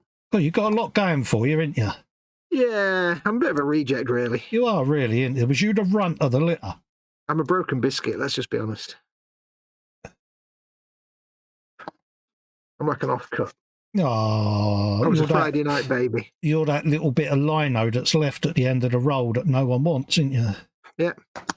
I'm the little bit on the bathroom tile where they cut the little hole in it for the fitment to go to the tile. It's just a little bit too big. Yeah. And they're like, oh, they've got to put a little shim in there. Yeah, they've got to put that little bit. We've got tiles on our bathroom wall, and like on each wall, they're perfectly like perpendicular to the wall. Yeah. But when they meet up in the middle on the corner, they're like that. Yeah. Because the walls aren't straight, so you've got these little shims. Yeah. I'm like, some poor bugger had to make this like paper thin shim of bathroom tile. Yeah, a little offcut. He's there going, oh, God. How can these two walls be straight but not lined up straight? How does that even work? I bet they're cursing. Oh, yeah. Probably the same people who built this house then. I think they didn't know what a right angle was. Well, it was the 1930s. Yeah. Yeah, you got a point there. There were people that probably hadn't been to school or did numbers or anything, you know. Little Irish fellas, perhaps. I need a head. I forgot to get a head. If you want to get a head, get a hat. I see what we did. Did you see what I did? Yeah, I wish more people wore hats. I love hats. I think hats are great. I grew up loving snap brim fedoras. Yeah. And was despondent to find out that the shape of my head does not conducive to me wearing any kind of trilby or fedora. Yeah. Really, because they never quite sit straight and then they get deformed. Always makes me sad. But I wish men still wore hats. Yeah. Imagine if men still wore maybe not fedoras, but Proper hats, yeah. Trilbies, at least.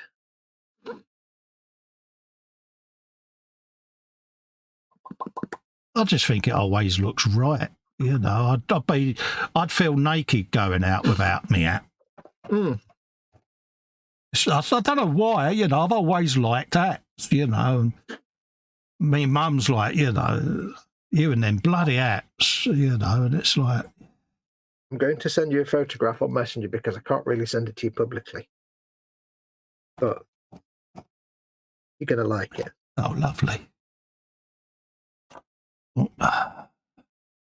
Old Pathé newsreel. I love looking at old Pathé newsreel.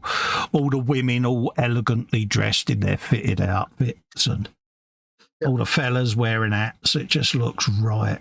Hats and 3-button woolen suits. Proper double-breasted suits. And, yeah. I was the only kid at school in the sixth form because we could wear our own suits and jackets and stuff. In like up until the sixth form, you had to wear like a school blazer and school tie. Yeah. And you got to sixth form, you could basically wear anything you want as long as it was a sport jacket of some sort or a suit, and as long as you wore the school tie. So I was the only kid that used to go to school in double-breasted suits because I was like, 1940s is the best, man. Oh, yeah, absolutely. You'd go down to the retro outfitters. Yep. Buying proper. I was lucky because my granddad was similar size to me. You know, so it's here, Pops, you got any spare suits you don't want? You know, it would be proper original double-breasted stuff. You know what I mean? It's like, oh, happy days. I've just sent you a picture and a caption. Yeah, he was built like a brick outhouse with an extension. Well, I've said it before, but when I was at school as well, I had my favourite jacket and my favourite suit was a genuine 1950s 3-button woolen suit. Yeah. Handmade, because in those days you didn't buy them off the suit, they were made by a tailor. Yeah. And it was thick, the wool was like that thick. It was like massively thick wool, and it was a gorgeous suit. And that was the suit my dad got married in. Oh yeah, you'd get proper handmade suits. You know? Yeah. But that was the suit my dad got married in, and it was still in perfect condition in the late 80s when I worked at school. And I was still wearing it 10 years ago. Do you like that? Yeah, that is brilliant. That's uncanny, isn't it? I can't send that publicly, obviously.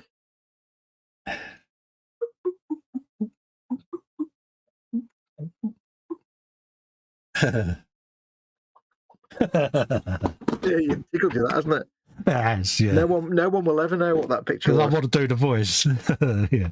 Well, you can because nobody's seen the picture. Yeah, I like peace. I think it's sweet when people talk about it now, and it's like, yeah. And they don't actually know what it is. They're continuing. It's brilliant. It really is. Yeah. I was asked in one of the streams, and it's like, yeah, spitting image. What's that about? Yes, it is. Yeah.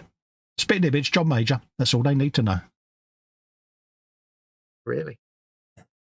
I think I shall make this particular marine a lady of colour. Oh, good for you. Because that's what this head is suggesting. It looks like a lady of colour.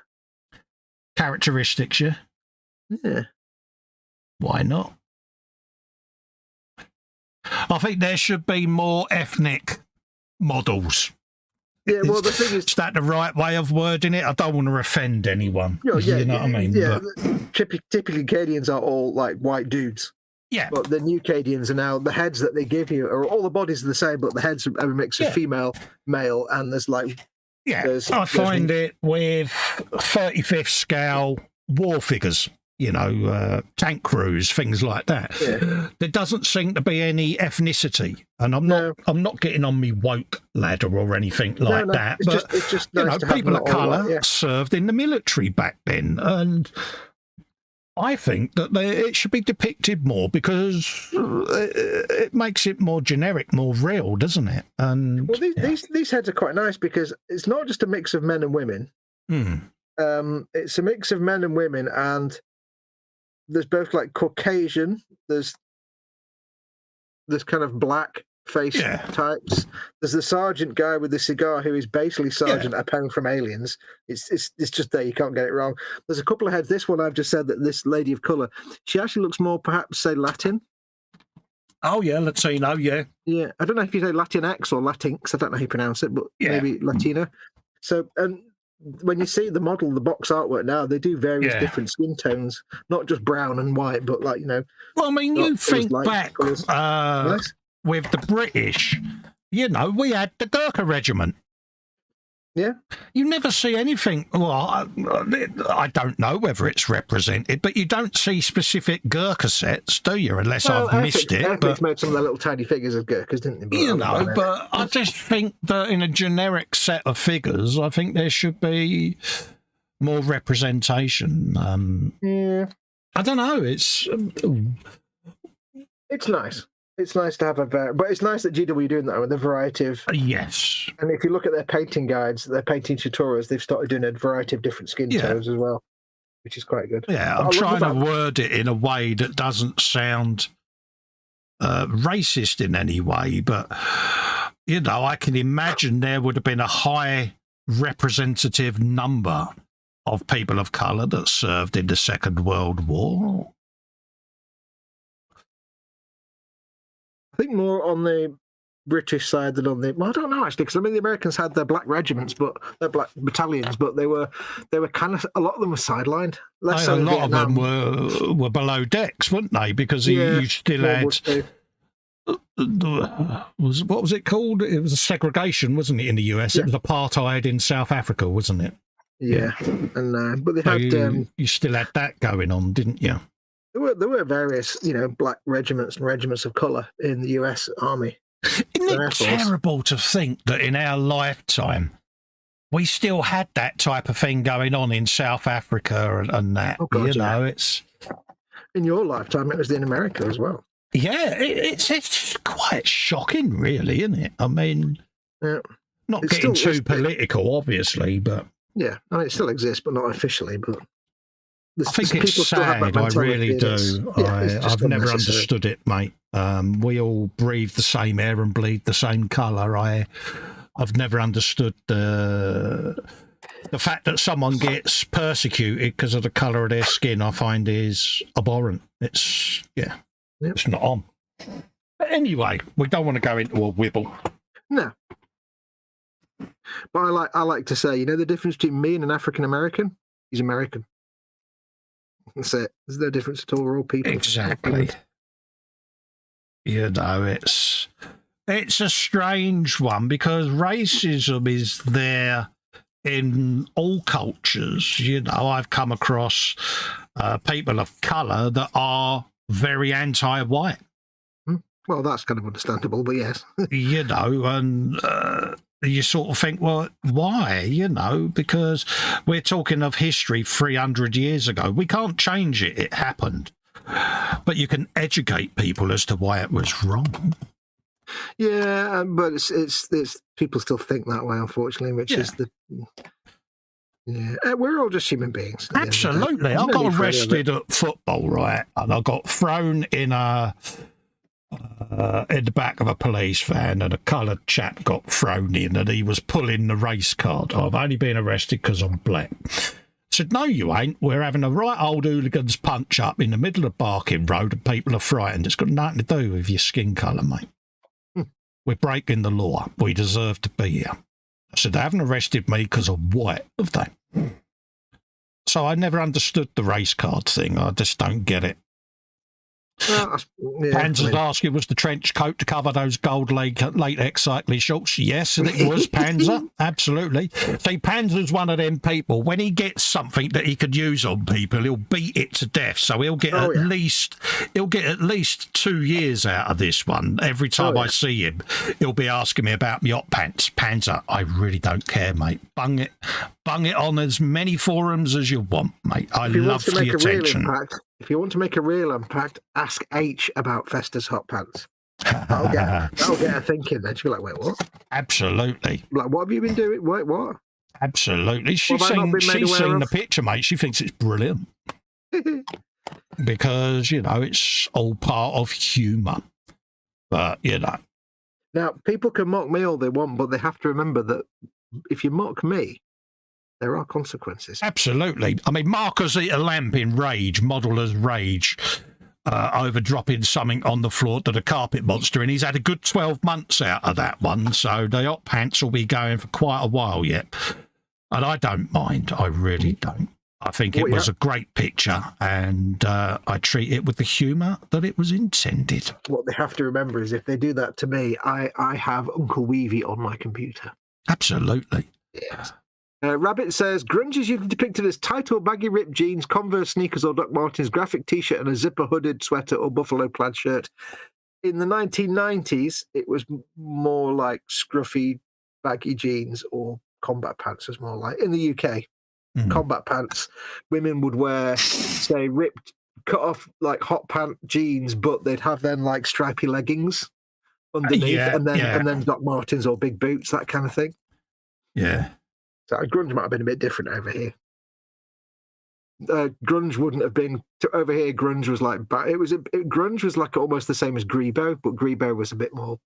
Yeah, Grebo was a bit more decrepit, wasn't it? Yeah, Grebo was a bit more swampy style, wasn't it? It was proper. Grebo was proper skinny, tight, skinny jeans and crap like that, and horrible stuff. Whereas grunge was like baggy combat pants.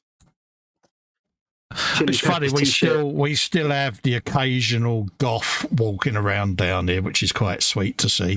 Panzer was saying there are separate aftermarket headsets available for military figures. The US military was at the time still a segregated unit. Yeah, that's what we were saying, mate. Yep. There was segregation still going on, mate. Yeah, I know that, mate, because of aircraft carriers and things like that and battleships, you know, you still got. They was in the cookhouse, basically, weren't they? And that was it. Yep. And it's terrible, really. But one thing that grungy people, just jumping back and forth here on the conversation, one classic grunge thing over here was, I don't know if a buffalo plaid shirt is this, but we had, and I've got mine still. I've still got it. I've had it for like 30 years. It's like a sort of lumberjack style, soft, fluffy, but yeah, I know what you mean. Shirt. I've still got them. Like the red checker pattern, like a lumberjack. Oh yeah, thermal, like a thermal gilet, wasn't it? It was just a scruffy shirt, but I don't know what a gilet is though. That sounds a bit posh. Yeah. But what you do is you wouldn't actually wear it; you just tie it around your waist. Yeah. You tie the arms around your waist and have the flap of the flat area of the shirt like flapping around behind you.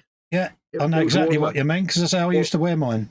Yeah, I've still got that shirt, and it was for many years my favourite shirt in the whole world, and I've still got it, and it just about fits. I can't do the sleeves up. Mine stopped fitting me years ago. If I tried to put that, I'd have stretched my arms out. It'd be like a funeral suit. It would drip straight at the back. Jeff Light says, being interested in history, I'd love to see an 1800 Zulu warrior figure. Airfix did one many, many years ago.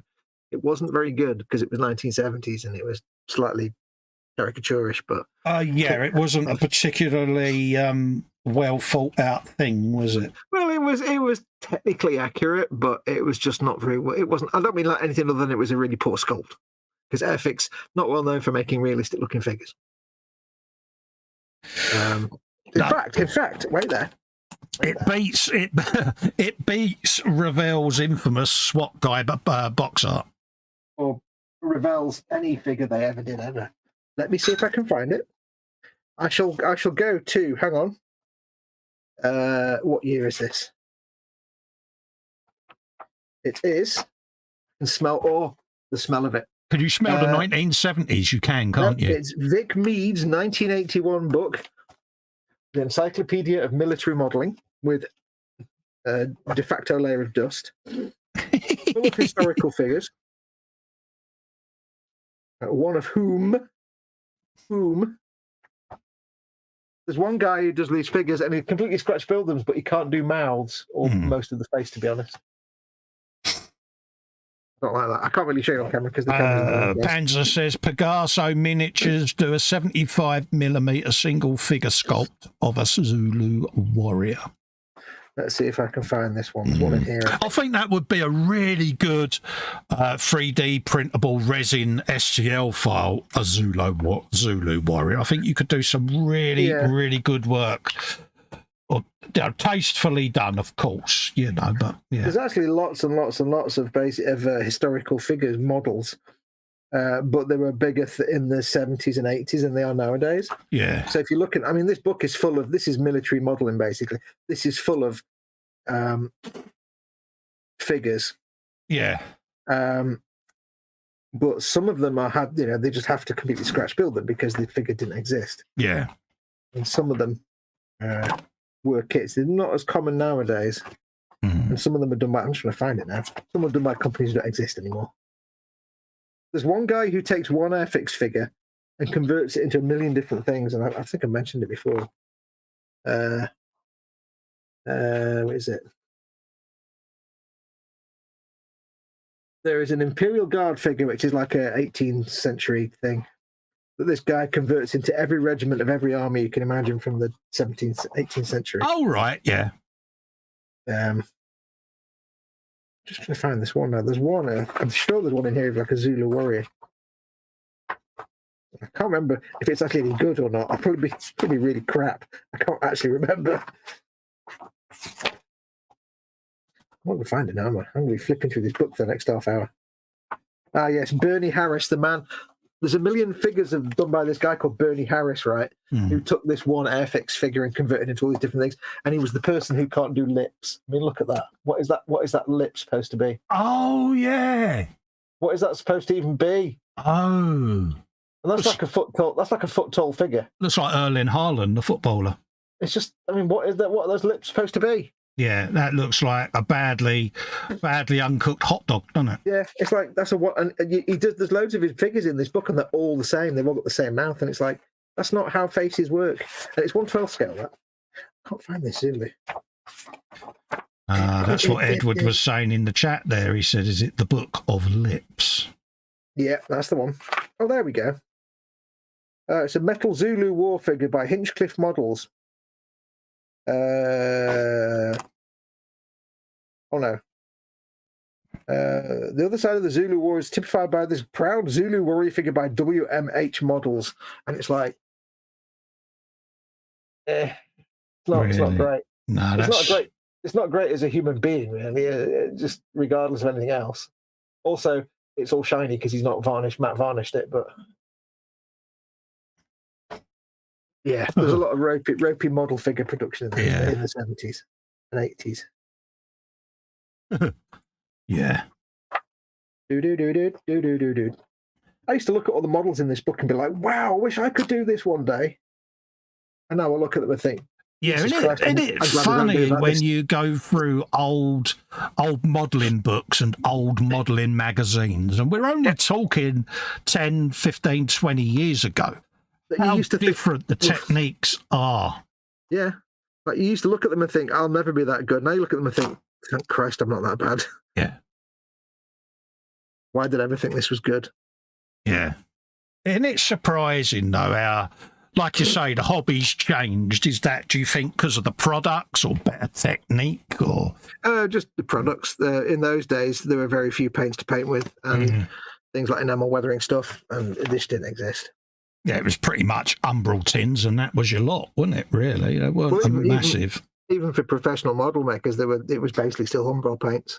I mean, I can remember when I first started using Tamiya paints, it was almost like, oh, I'm not using umbral paints and I'm not using Brit-Fix glue, I'm using Tamiya glue. And it was a total, I wouldn't say game changer, but it was just different, wasn't it? Yeah. I mean, you had professionals like Shepherd Payne and stuff who actually used things like oils, and people that were like proper figure painters. I've lost my thing. They knew to use oil paints, but most people didn't. There's one in it. Might be that book. I'm not going to get it out again. Yeah, that was the thing that changed how I did things, was using oils for busts and figure painting, and I got heavily into that. And Yeah, it was a game changer. It really was. Well, that in there's a section where it talks about, you know, that weird octagonal truck that you get that from World War II that drags the quad pounder artillery piece around. It's like kind of weird octagonal truck thing. Really cool. And there's a section here saying this truck built by blah blah blah, which is mostly scratch built, and it shows diagrams of how he built the chassis and the body frame and the tilt and everything. And it's like, wow, we scratch built this entire 1/35th model kit of a vehicle and then gave it the most lifeless paint job ever. Yeah. It was like basically flat colours with the typical silver dry brush and a black wash. Yeah. And I'm like, wow, all that in those days that was fine, but nowadays, like, you put all that work into the scratch build. Yeah, and but then back then, Fox, that was the only weathering technique that people were telling or teaching. Well, that's the thing, though, because people like Shepherd Paint and other figure painters knew about oil paints, but this guy had the skill to scratch build a 1/35th armoured vehicle, and then just painted it and morphed it at the painting stage. Yeah, really? You're like, really? Why'd you do that? Yeah. Yeah. I was like, wow.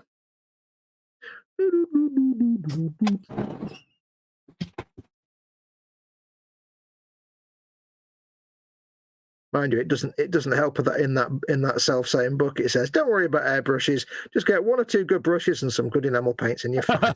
That's all you need. Edward Leonard comment of the night, he said the guy was a genius on predicting the future. All the rich women have lips like that now. Yeah. See them lips? They're going to be on 1 million faces in the future. It's the face of the future. Then I don't want to know the future. Okay, this isn't working. Do you think that bloke ended up being Mickey Rourke's plastic surgeon? I don't know what that means. I can't actually conjure up an image of Mickey Rourke. Google it. I'll have a look in a minute. Yeah, Mickey Rourke before and after plastic surgery. It's like 2 different people. I know who Mickey Rourke is. I just can't quite picture his face in my head at the minute. Yeah, His hand is not cooperating. A uncooperating hand. You have 5 seconds to comply. Right. That is the last decal on that fairing. Get in. The last decal by Dan Brown. Yeah. Damn, son. Yeah, considering that I've done all of them whilst having the best bout of Edward Spannerhands ever. It's most impressive, I haven't done bad. I had a bum blip earlier where the shakes got the better of me, but breathing through it helps. The worst thing you can do is get tense because it exacerbates it. Yeah. That's the word. You had one blip earlier. It's not a problem. It's just the world's first high-speed racing bike with battle damage. Hey. No, it was recovered. Where's your Honda Blackbird got bullet holes? Reasons. And I've always got that philosophy. If it absolutely clags up, I can always strip it and redo it. Yeah. There's nothing a Dettol bath. Absolutely. Gone are the days of getting stressed. Edward Leonard says, yeah, that dude was so good looking and he really screwed himself up. He did. He got into unlicensed boxing and basically had his chops rearranged, but went to a plastic surgeon that shouldn't have been a plastic surgeon, basically. And he does look like a Picasso, bless him, doesn't he? It's the easiest way of describing it.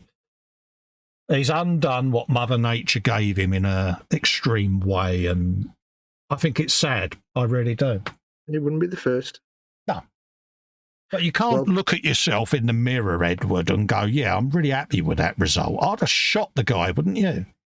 No, I think it's magnified 1,000,000 times when you live in Hollywood and you're in that culture, I suppose.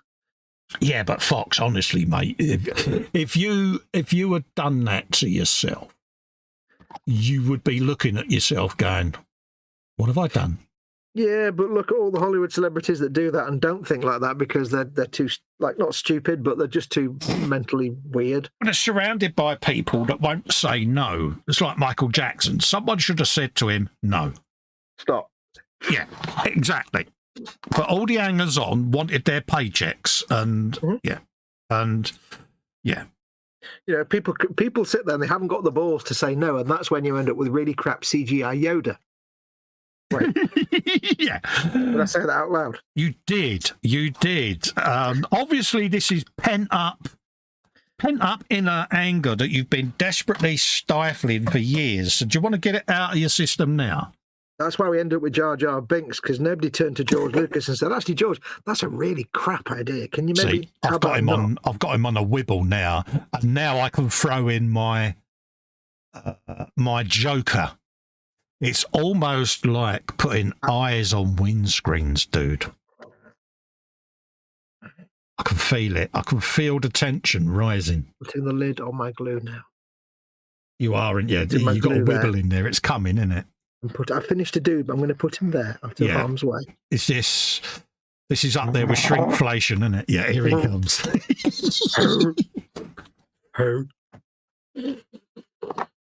This is the thing with us two. We know how to get each other wound up, don't we, dear?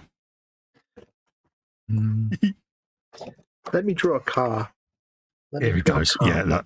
Here's a car. Look, there's the side bit with the door down there, and there's the front bit here. And there's some headlights and a wheel. It's an Audi. It's an Audi, obviously, because it's shit. And there's the eyes. That makes perfect sense. No, they're in the wrong place, mate. It should be on the windscreen.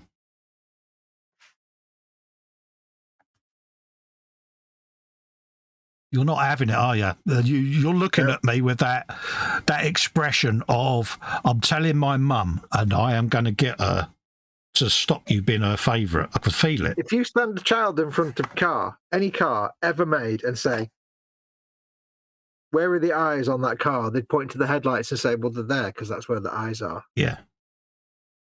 So what Pixar was smoking, I don't understand. There's a very good rant about it on, I think, on Gizmodo. It's the fact that they've made a sequel, haven't they? And they never even corrected it on the sequel. Oh, they've made countless crappy Cars films, direct-to-video rubbish. Edward Leonard says, yep, CGI Yoda sucks. It's down to saving money, unfortunately. Well, CGI Yoda by himself is fine. Putting him in a battle with Dooku, no, it doesn't really work. We want to see, yes, it's badass that Yoda's doing fighting, but you don't really need to see the 1 foot tall guy trying to... This is where I confess that I've not seen CGI Yoda. Well, if you haven't watched the prequels, that's not a bad thing. Yeah. It's like, we all want to see Yoda do some badass stuff, but at the same time, he's a foot tall. Yeah. And Count Dooku is like 8 foot tall because it was that actor chap who's got the tallness. Yeah. And yeah, it was never going to look good. But by himself, just CGI Yoda was fine. But when he's doing action, no. Jar Jar Binks, on the other hand, needs to just burn in hell and die in a fire. Yeah, you're not a fan of Jar Jar Binks, are you, mate? Needs to die in a fire. Conceal it well, I give you that. Yes. Now, young lady. Yes. It is 5 to the 2 o'clock. It is. What do you wish to do? We can go till half-past maximum, mate, if that's all right. Are you sure? Yeah. It's all right, mate, but it's you I'm thinking of. Yeah, I'll go to 2:30 max. Okay, well, I shall chat, Dolly, because there's no point starting a new dude. Yeah, I mean, obviously, if you're done, then we'll stop now. I don't mind. I've only got 2 decals to put on the wheel, so... No, you do decals. I'll chat Dolly for a bit, because I'm not going to start a new guy, so... No worries, mate. You carry on. I shall chat Dolly. Yeah. Chill with the chat. Absolutely. I seem to be on a dude per hour. No, that's all right. You take as long as you want. They're your dudes. Now, Jeff says, what about little Grogu, the little baby Yoda in Mandalorian? And that's adorable. And you kind of accept it's a puppet, but you kind of accept it. The only bit where it doesn't quite work is where in the latest episode where Grogu's walking along, and it's like, like them. Yeah, basically. And when he's just like in his little pram thing, or he's just sat there and he's a puppet, you kind of your brain says it's fine. We don't mind a fun little puppet. But when he's walking along in the latest episode, he has to run around a little bit, and it's like it doesn't really work because you just know there's a guy underneath him with like sticks under his feet going like that, and it's like, is it a bit Jim Henson Muppets? Is it? Yeah, that doesn't quite work when he's walking about. It's like, that's where the puppet just goes over the line of being acceptable. Yeah. Because they make the little cute burbling noises and the little moves of his face, and you accept it. It's kind of adorable. But yeah, when he has to walk, it kills the illusion a little bit. That's why you never really saw Yoda walking from below the waist, because it looks. It's like watching. It's like if you ever watch Sesame Street and you see like Grover walking, and occasionally have Grover walking, and you'd be like, "Oh, that doesn't really work." But with them noodle legs.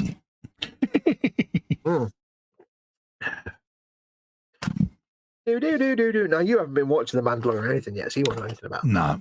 No, I'm useless, ain't I? Yeah, pretty much. You could have gave me a bit more time there, mate.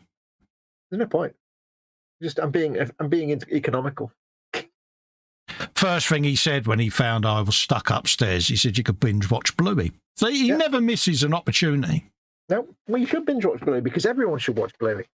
No. Where did you get them Grogu's, Cole? Did you 3D print them? I 3D printed them, yes. You 3D printed them, yes. Yeah, there you go. Pass that on for you. Yeah. Now, while I'm sitting here doing chat dolling for half an hour, folks, feel free to ask all the questions in chat because you'll get a response straight away from me or Cole, because I'm sitting here doing nothing but reading the chat now. Yeah. That's you. Hey, guys, this is you. You're on the telly. Absolutely. Where are you based, Jeff?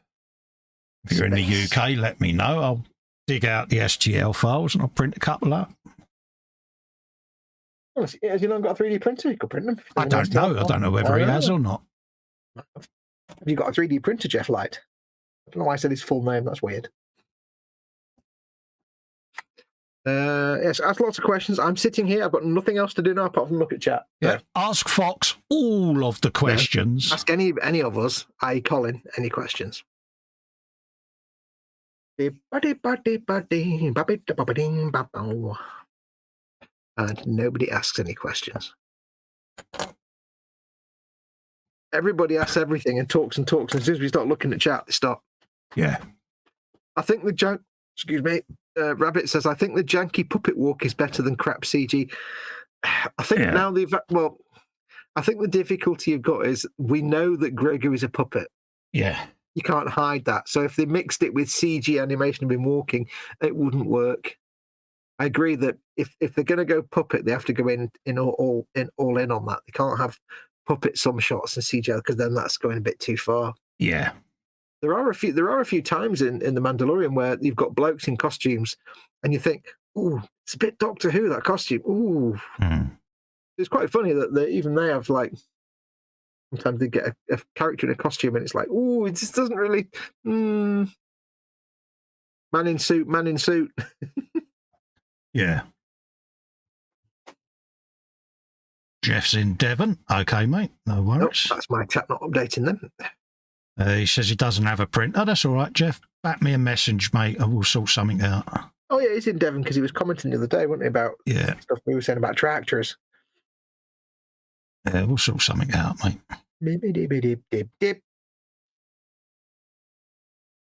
I was playing Far Cry 6 last week on the stream and a tractor ran a horsey over. Oh, right, yeah. It was like, there was an explosion, the tractor driver went, and legged it off down the road and just sponged into a horse, and the horse just went, I've fallen over, I'm dead. Oh. I'm like, well, the horse actually went backwards like that and slid across the floor and then went, I'm dead. And I was like, oh, that's not good. So I didn't like that farmer and his tractor. Yeah. Horsey killer. How you finding that game? Love it. Yeah. Love it. Although I've stopped playing it for now because I'm playing it on the stream, so I don't want to. Oh, right, yeah. So I'd rather adventure and do new stuff on the stream, and then I'm playing Metro Exodus at the moment for myself. So, because there's nothing worse than playing the game and exploring all the land, and then the week later doing the same thing on the stream. It's like, yeah, it's like deja vu, I suppose, isn't it? Yeah, and I've got to pretend to be, oh, look at that over there. What's in this mysterious package? I'm thinking, well, I know because I opened it last week when I played myself. So I've just stopped. I'll explore it with the folks. But no, really enjoying it. Yeah, no worries, Jeff. I do like the Far Cry games anyway. Because I was saying in today's show, if you just go through, if you just get it and play through each mission, it's like 10 hours and you're done and it's boring. Yeah. But if, like me, you just fettle around and put all the missions off as long as possible, you can get a couple of 100 hours out of that. No problem. Well, yeah, you like to have a looky-loo, don't you? A wander about and all of that lot. And that's what I used to do with Grim Fandango is, yeah, you know, you could do a walkthrough, but I used to like, oh, we'll stand round here. Let's have a looky-loo down there and da-da-da-da. And yeah, and I haven't forgotten, Jeff. I shall be doing the stream on Fandango. It's just every time I've planned, things have gone tits up for me, mate. And you can't plan anything, can you? I can't plan anything at the moment because I don't know what tomorrow's going to bring at the moment. But hopefully things will return to some form of normality soon. And then was born the legend that is Captain Spontaneous. Yes. But that's the thing. I mean, if you give me a world where, you know, like you know, you give me an island that's like 10 square miles, and I've got 4 missions to do, each one of which is go here, talk to a guy, go to this place, shoot everyone, get the thing, bring it back. Yeah, that's half an hour. Yeah, but you've given me a 10 square mile island. Yeah. So I'm going to go and look at all the other things on the 10 square mile island. Absolutely. And it was quite good that when I did it on my own playthrough, I got a mission to go to a base and take out a dude. Yeah. And then on this playthrough on the stream, I got the same mission to go and take out the dude, but it was in a different base because in my own playthrough, I'd already cleared out the first base, just wandering around. So they said, oh, we can't go back there. So we'll put this dude in this other base. There you go. I was like, oh, that's quite clever they did that. Absolutely, mate. And not only that, you can find in some of these games like a nice little hidden Easter egg, can't you? Because you know that's where people put them in the out of way places because they know not everyone is going to explore the scenery, so to speak, their surroundings. But those that do, they get that little gem, don't they, of the hidden Easter eggs? So or just little touches and little things there. Like, oh, that's cool. That's nice. I like that they did that. Well, I'm on the little starter island, and it's like you're literally supposed to do like 3 quick missions for about an hour and then go off to the mainland. Yeah. I was on the starter island for like 45 hours. Good man. Just wandering about, walking around, standing on crabs. Well, you did that. Was it Destiny, where you was in outer space and you was having a right old looky-loo around, weren't you? Elite Date, where I'm like going from system to system in my starship. And I never did get to the black hole in the centre. Absolutely. Edward says, Fox, did you get those tinted glasses because you look like Jeff Lynne? No, I got those tinted glasses because my eyes are sensitive to bright lights and because I've got a condition in my eyes. And when I'm doing a live stream to camera, I have to have a spotlight right in front of me so it can light me up because the lighting in this room is so. Yeah. So I have a light right in front of me and I was getting massive headaches. So I got those tinted glasses. That's why I use it on the e-model stream because I have to put them on so I'm not got this bright light right in my face. Yeah. That's why if I'm not on camera, I don't wear them because the lights no, that's right. When I'm building under the bright lights, I have my yellow lenses clipped on my glasses because, But I won't deny that I do like the kind of Jeff Lynne look because I love Jeff Lynne anyway. So yeah, he is God. And I don't like my eyes, so I don't mind hiding them anyway. Yeah, but you're not a fan of your eyes, are you? No. I won't say why, but it's a nice little side effect that I get to hide my eyes, but I kind of have to because my optician said you don't really want a bright light. Because I was saying about getting those headaches, he went, "Do you have a dirty, great big bright light in your face? Of course you're going to get headaches. You've got this, that, and the other." And you send it. I'm like, okay, how can I fix that? Get some Jeff Lynne glasses. Okay, cool. I didn't say that, but No, but so you kind of imagined that he did, didn't you? Yeah. I mean, so there is a reason that I wear those, a genuine reason, but it's not a bad side effect that they kind of make me look like Jeff Lynne, which is cool. I just need a big, massive perm now. It's a no, I can't sing that. You are a perm. Yeah, you're made of perms. Jeff Light says, as you may have guessed, I'm a Grogu fan. You concealed it well, Jeff. I'd never have known. No worries, I understand, says Jeff. I have a yard-long to-do list as well that keeps me from doing lots of things I'd like to do. Duty first, though. I haven't forgotten you, mate, because I wanna get down and dirty with it because it's what I do to relax, you know, and I love that game, and yeah, it's just something different for the channel. But every time I've gone to sit and do it, some disasters happen medically that prevents me from spending a long time in the man cave. So remember to Jeff, I say, remember Carl Sagan's famous words: "Consider again that to-do list.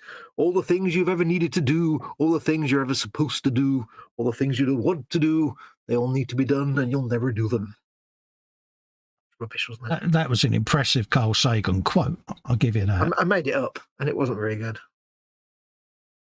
I'm not very good at making things up, sadly. I made 2 dudes, but they weren't made up.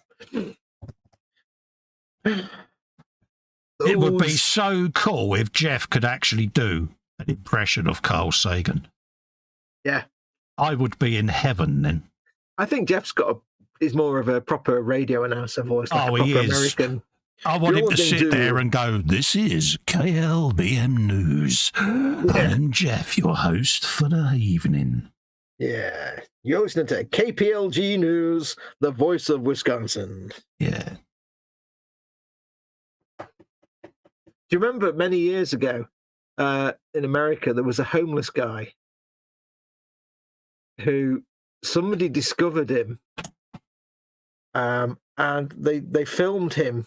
They spoke to him. It was just this guy living on the street. Yeah. And they spoke to him on camera. They got him on camera and was talking to him. And he had this most amazing voice. It was a proper radio. And basically, like, this guy put this on social media, and within a month, the guy had a job working for a radio station. He wasn't homeless anymore. Yeah. Oh, brilliant. I love stories like that. Because he had the perfect homeless voice, perfect radio announcer voice. This is KPMG, whatever, that kind of thing. It's like, oh, yeah. Well, how are you not working in radio? Well, if they ever want a replacement for Dan Rather, Jeff would be the man. You could just imagine him on ABC News, couldn't you? ABC News Tonight. They probably do, because I think Dan Rather's dead by now. I don't know. I don't know whether he's still going or not. This is CBS. I'm Dan Rather. Yeah, Dan Rather died years ago. I don't know. Is he gone? Is he Dan Rather? I don't know. I can remember watching ABC News, ABC Night Live with Peter Jennings. And was it Kathy Wong? Was it her name? Don't remember CBS News, was that you say? ABC Tonight with Peter Jennings. Yeah. No, we used to watch CNN. And we did on cable, we had CNN, that was any American news station we had, I think. And Fox. No, we didn't watch Fox News. Obviously. Duh. Yeah.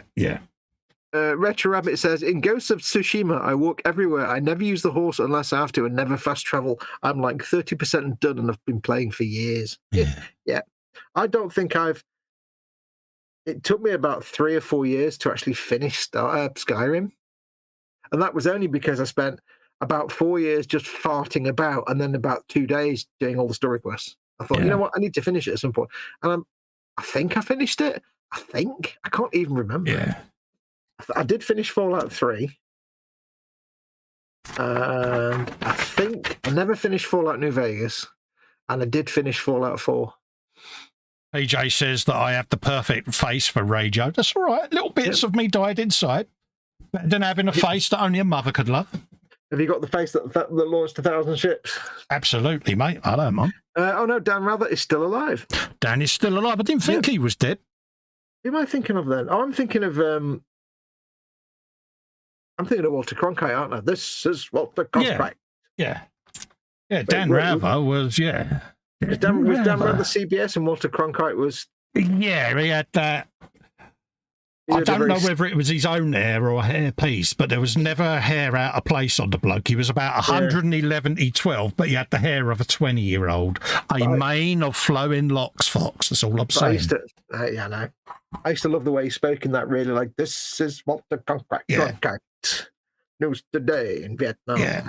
He would be there going, Elvis Presley died today. He was 54. There was a storm, and it's like, okay. I think was it Dan Rather that was the guy that was accosted and mugged, and that guy was shouting, "What's the frequency, Kenneth?" And that's where that comes from. I think it was Dan Rather.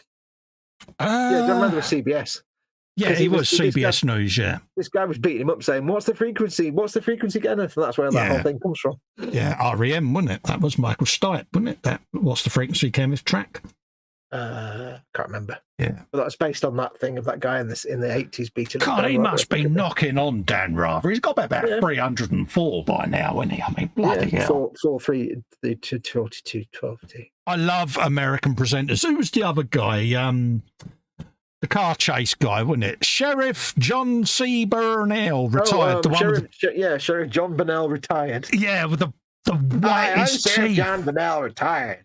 Yeah, and the perfectly pressed chinos and polished leather jacket, wasn't it? It was that was America's Worst Criminals or something. It was, wasn't it? His face was as shiny as a bloody cabinet, wasn't it? It looked like looked like he'd been shellacked, didn't it, by the furniture guys? I'm Sheriff John Burnell. Yeah. I used to love watching. See, when I was much younger, I used to watch Cops. Has been around for so. I used to watch Cops. That was great. Yeah, I remember that. Bad Boys. And I used to love watching.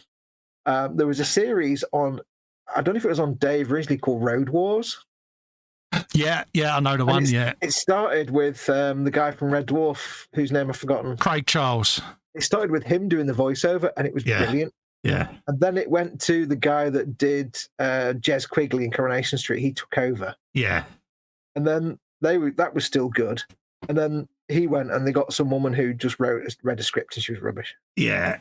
But there was one where they showed this flare footage from a helicopter of this car. This guy drunk, driven home and been chased.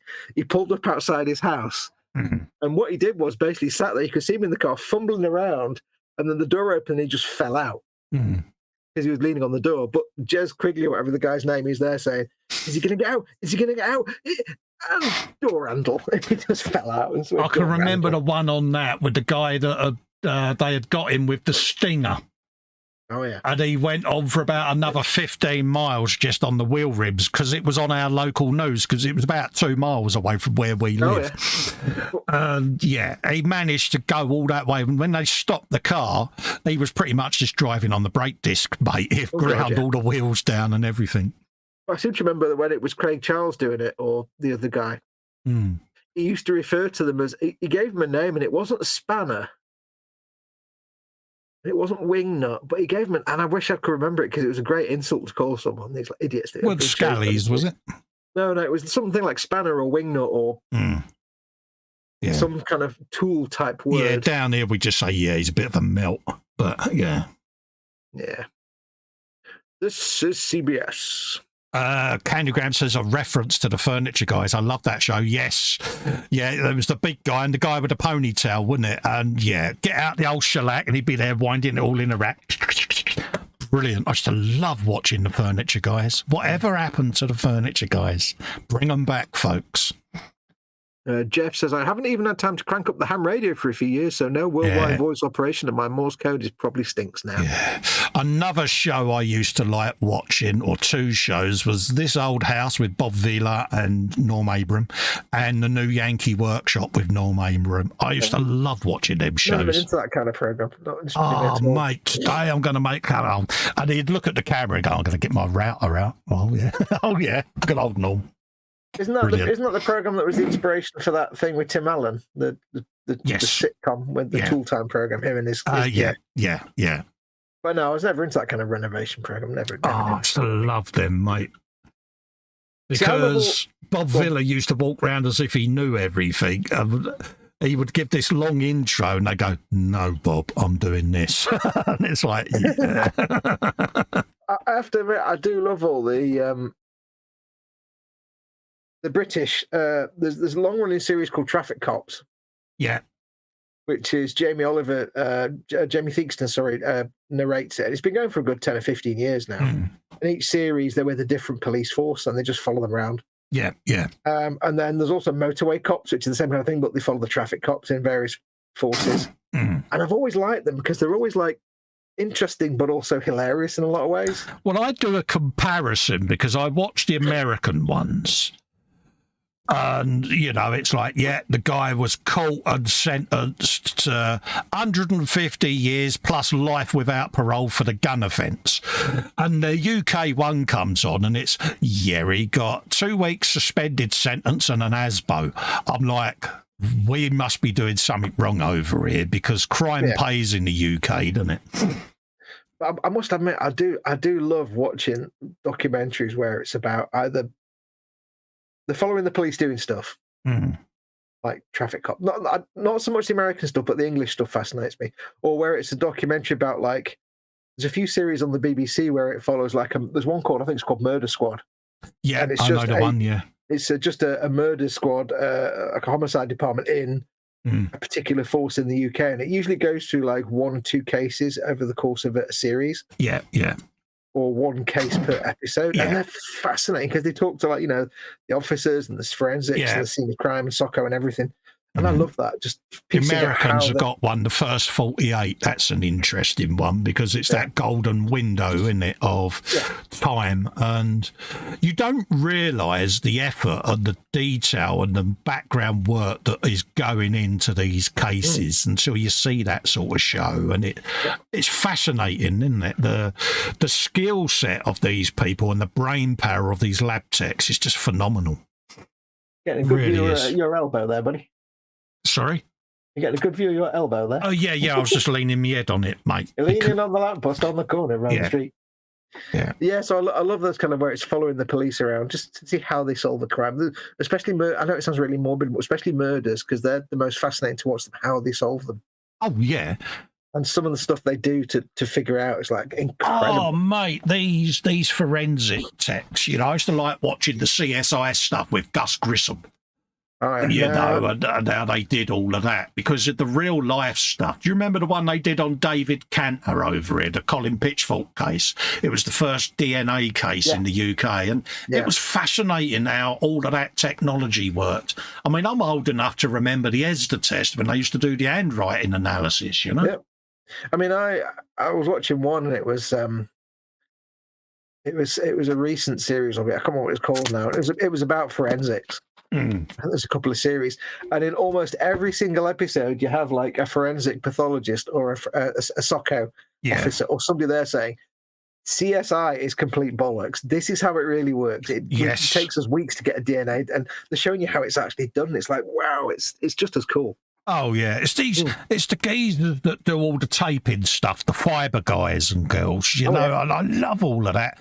The comparison microscopes, and it's, they're going to run that through the old gas chromatograph mass spectrometer, and I'm like, yes. I love it when you get stories. There's one in the news at the minute about this 87-year-old guy who's just been sent down for the rest of his life, basically for murdering his wife in 1977. Yeah. But there's loads of stories about people who committed crimes in the 50s and 60s and 70s who are now being convicted because of DNA evidence. Yeah, they just happened to store some of the evidence. Well, this is it. Still got DNA on it. I mean, in its infancy, you used to have quite a lot of material, whereas now you only need a speck. You know, you get mitochondrial DNA and all of that. Like one single sperm or something. Yeah, and it's fascinating, isn't it? How they get the profile and that, and they can go, that is that person. Familiar DNA analysis, where they say, that is a member of that person's family because they got certain genes, so we can now trace that back to an aunt, an uncle, a father, a grandfather. It's phenomenal, isn't it? There's a famous case of the guy in Australia that was discovered in 1946, I think 47, and I've forgotten his name. He was given a name. He was found on this beach in a place in Australia, and for the last 70 or 80 years, there's been this thing of who was this guy? Yeah, I've forgotten his name now. It's something or other man. Yeah. And it's been this big, like, international mystery of who was this guy was found just dead on this beach. And last year, I think they actually exhumed him finally to take some DNA, and they've not said what the outcome was yet. It's been a while. It's like the one they found frozen on the mountainside and peat bog, in the UK. The remains they found in a peat bog, basically. And I love all of that because they can break it down as to where the person lived, what they had to eat. You know, they could really go into it. Good quote. Edward Leonard says, "I like Bones. Lovely. Real or not, it's a good-looking show. Love Bones is Bones. great. Bones is awesome because it's a fantastic ensemble cast. King of the Lab. That's the best name ever. Temperance Brennan. What Temperance a name. Brennan. I love the funny thing. The funny thing is, of course, the series is based on the life of what's her face? Yeah. The author, Kathy Reichs. Yeah. And Temperance Brennan writes the stories about Kathy Reichs, even though Kathy Reichs is a real person. So Temperance Brennan writes these stories about the character. But in real life, of course, Kathy Reichs, who works on the series, wrote the books about Bones. But if you actually read the books, they're rubbish. They're serious. They're nothing like the TV show. They're really boring. They're not even interesting. They're like that really... TV show, I think, was so well done, especially the relationship with Zach, the King of the Lab, and all of that. Oh, yeah. It was brilliant and absolutely, I think the ending was a bit pants, but it was a fast wrap up, wasn't it, in the end? But I think the best decision they made was to take some very dry, very not particularly interesting crime dramas, FBI crime dramas, that weren't very interesting at all or very well written, and make them into a slightly humorous ensemble show, put some humor into it and make it all geeky. That was the books, Ben. They're nothing to do with the TV series at all. There's no even comparison. But TV series. Candygram says that was the Somerton Man. There you go. Somerton Man. That's Somerton Beach in Australia. Yes, I think they exhumed him last year, and as yet they've still not said what's been found out. It's fascinating, though, isn't it? This sort of stuff. It really is up there, isn't it? Like that. But that's like, what, 1947, and they're able to get DNA. Well, they hope they can get DNA. Oh, yeah. I mean, you look at the guy they found up in, is it the Arctic, the sailor? They reckon, he goes back to year dot, on an old wooden rowing boat type shit, and they're like, they'll get DNA from it. Well, it's like Ötzi the Iceman, who was found in I think, the Alps. Yeah, who's the Iron Age or Bronze Age guy that was found? the one with the arrow wound in his shoulder. Is that the one? He was beaten. He had an arrow wound. He was starved. He was, and it was just happened to be when he fell behind like a rock. Yeah, and the ice kind of went over him. Yeah, and he just ended up getting preserved. And they've done such a wonderful background story of that, didn't they? Of all the animation and all of that. Like, it's absolute brilliant. But I'll tell you what amazes me even more, just before we go. I was listening to it today, a thing about it today, is forensic science is good and all that. But what's even more amazing is archaeological forensic science. Yeah. And I was hearing the story today about, I'm going to get the name wrong, I think it's like Shannon Caves or something, Shannon Cave, somewhere. I can't remember where it is. Anyway, it's some Neanderthal remains. So it's just bones in this cave.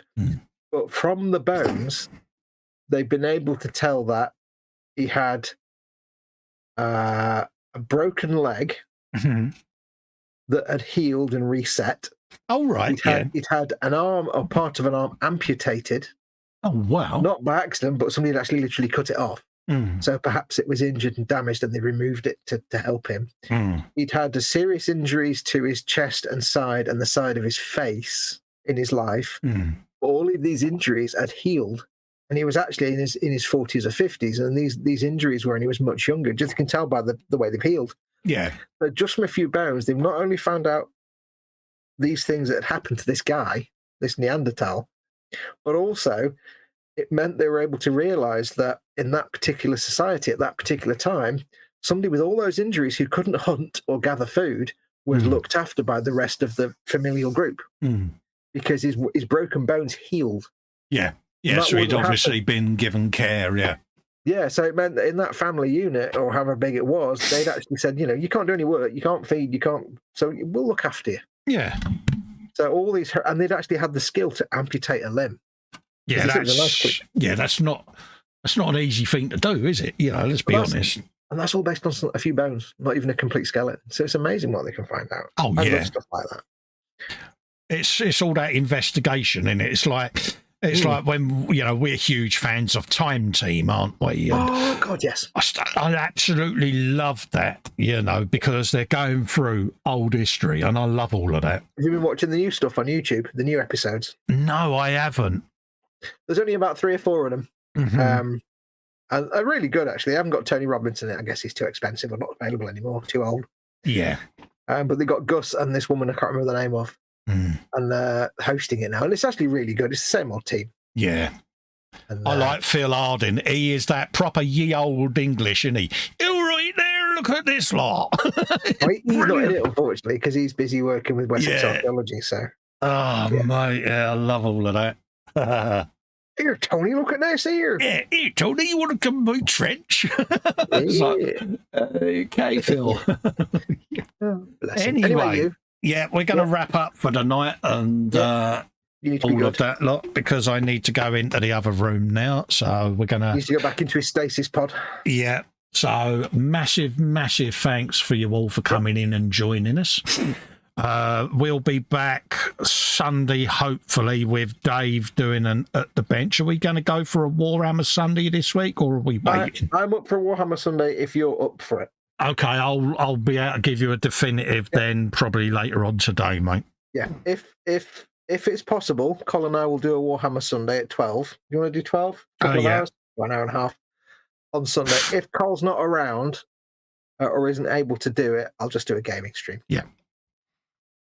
Just to fill the time. Yeah, so, but you'll still be streaming in one format or another. Yeah. Retro Rabbit says, thanks for the stream. Not a problem, mate. My pleasure, mate. Always a pleasure to spend our time with you guys. It really is. So, yeah, there wouldn't be a show without you folks coming in to join us. Nope. So we'll love and leave you, and we'll see you on the next one, folks.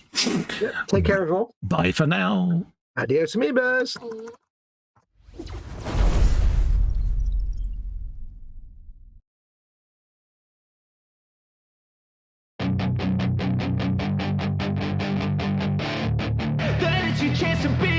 Hey kid, don't ever let them get inside your head. They'll tell you what to do in life instead of everything you know that you could get. Don't let them guide your life towards regret. I'll fight for what I love with every breath. My past is filled with things I won't forget. I use them all to push me to my